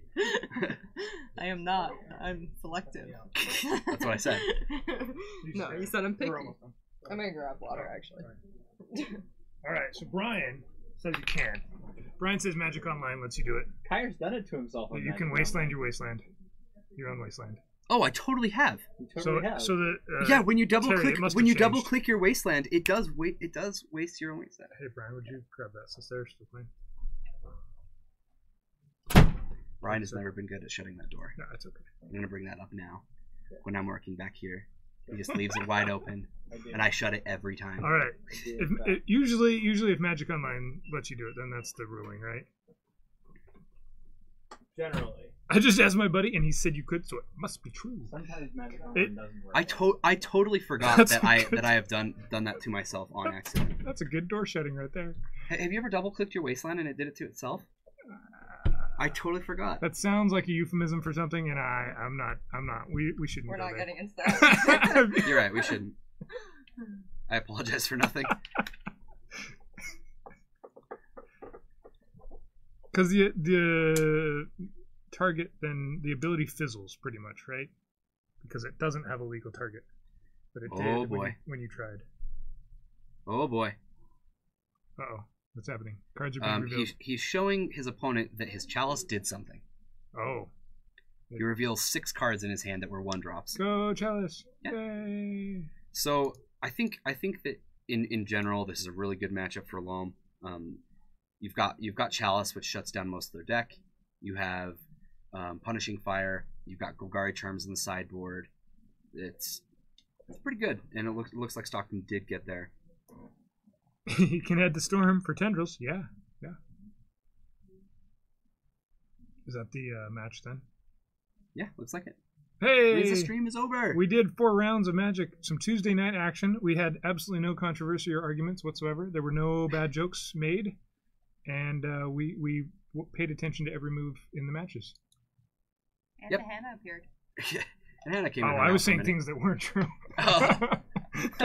You actually That's did fine. appear. You actually did. Great stream. Hey, if any of you, for some reason, it looks like you're all probably people who have already followed, but if not, give us a follow, and then Yeah, come you hang see out when with we us. go live. And if you want to throw your Looks like- subscription at us, you can do that too. Yeah, definitely. We'd appreciate it. Because, yeah. Because yeah, Mm-hmm. yep, that's a good reason. That's the full extent of the reason I have for that. All right, guys, thank you so much for joining us. Have a good a night. wonderful night.